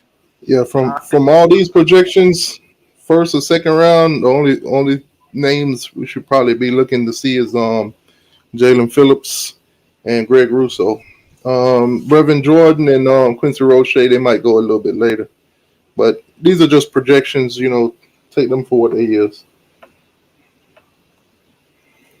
I was kind of pissed though, Slim, when I found out that all 31 teams showed up in Miami except for my Rams. I'm like, man, because I was watching Cameron Harris. I was watching his live before they did the whole show or whatever. And he was like, all the teams are here. He even pointed the camera at Belichick. Belichick was in the building. And I'm like, dang, so everybody there but the Rams. Ain't that something?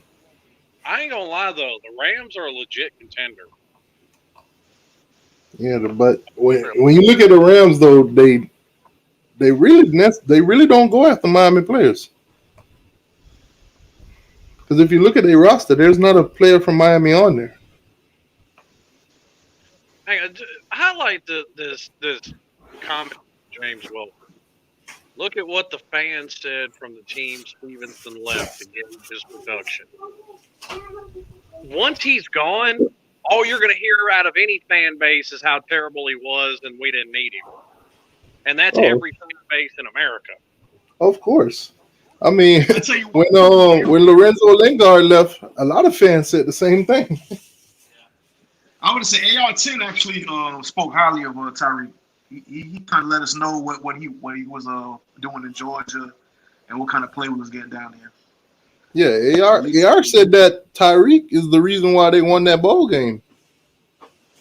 Because if he didn't pat that ball down on that one pass during the final drive, ball game could have been different. They wouldn't have had that chance to set up and kick a field goal to win it.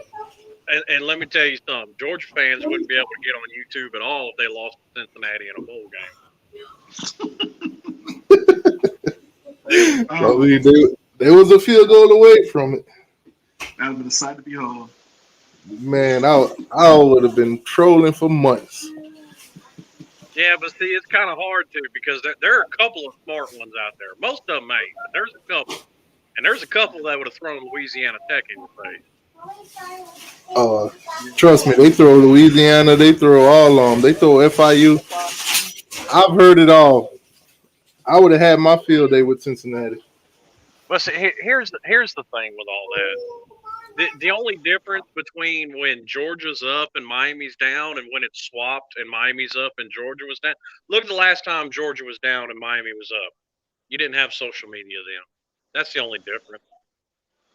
Yeah. From 1984 until Mark Richt got there in 01 or 02, Georgia was terrible. And I mean, absolutely awful.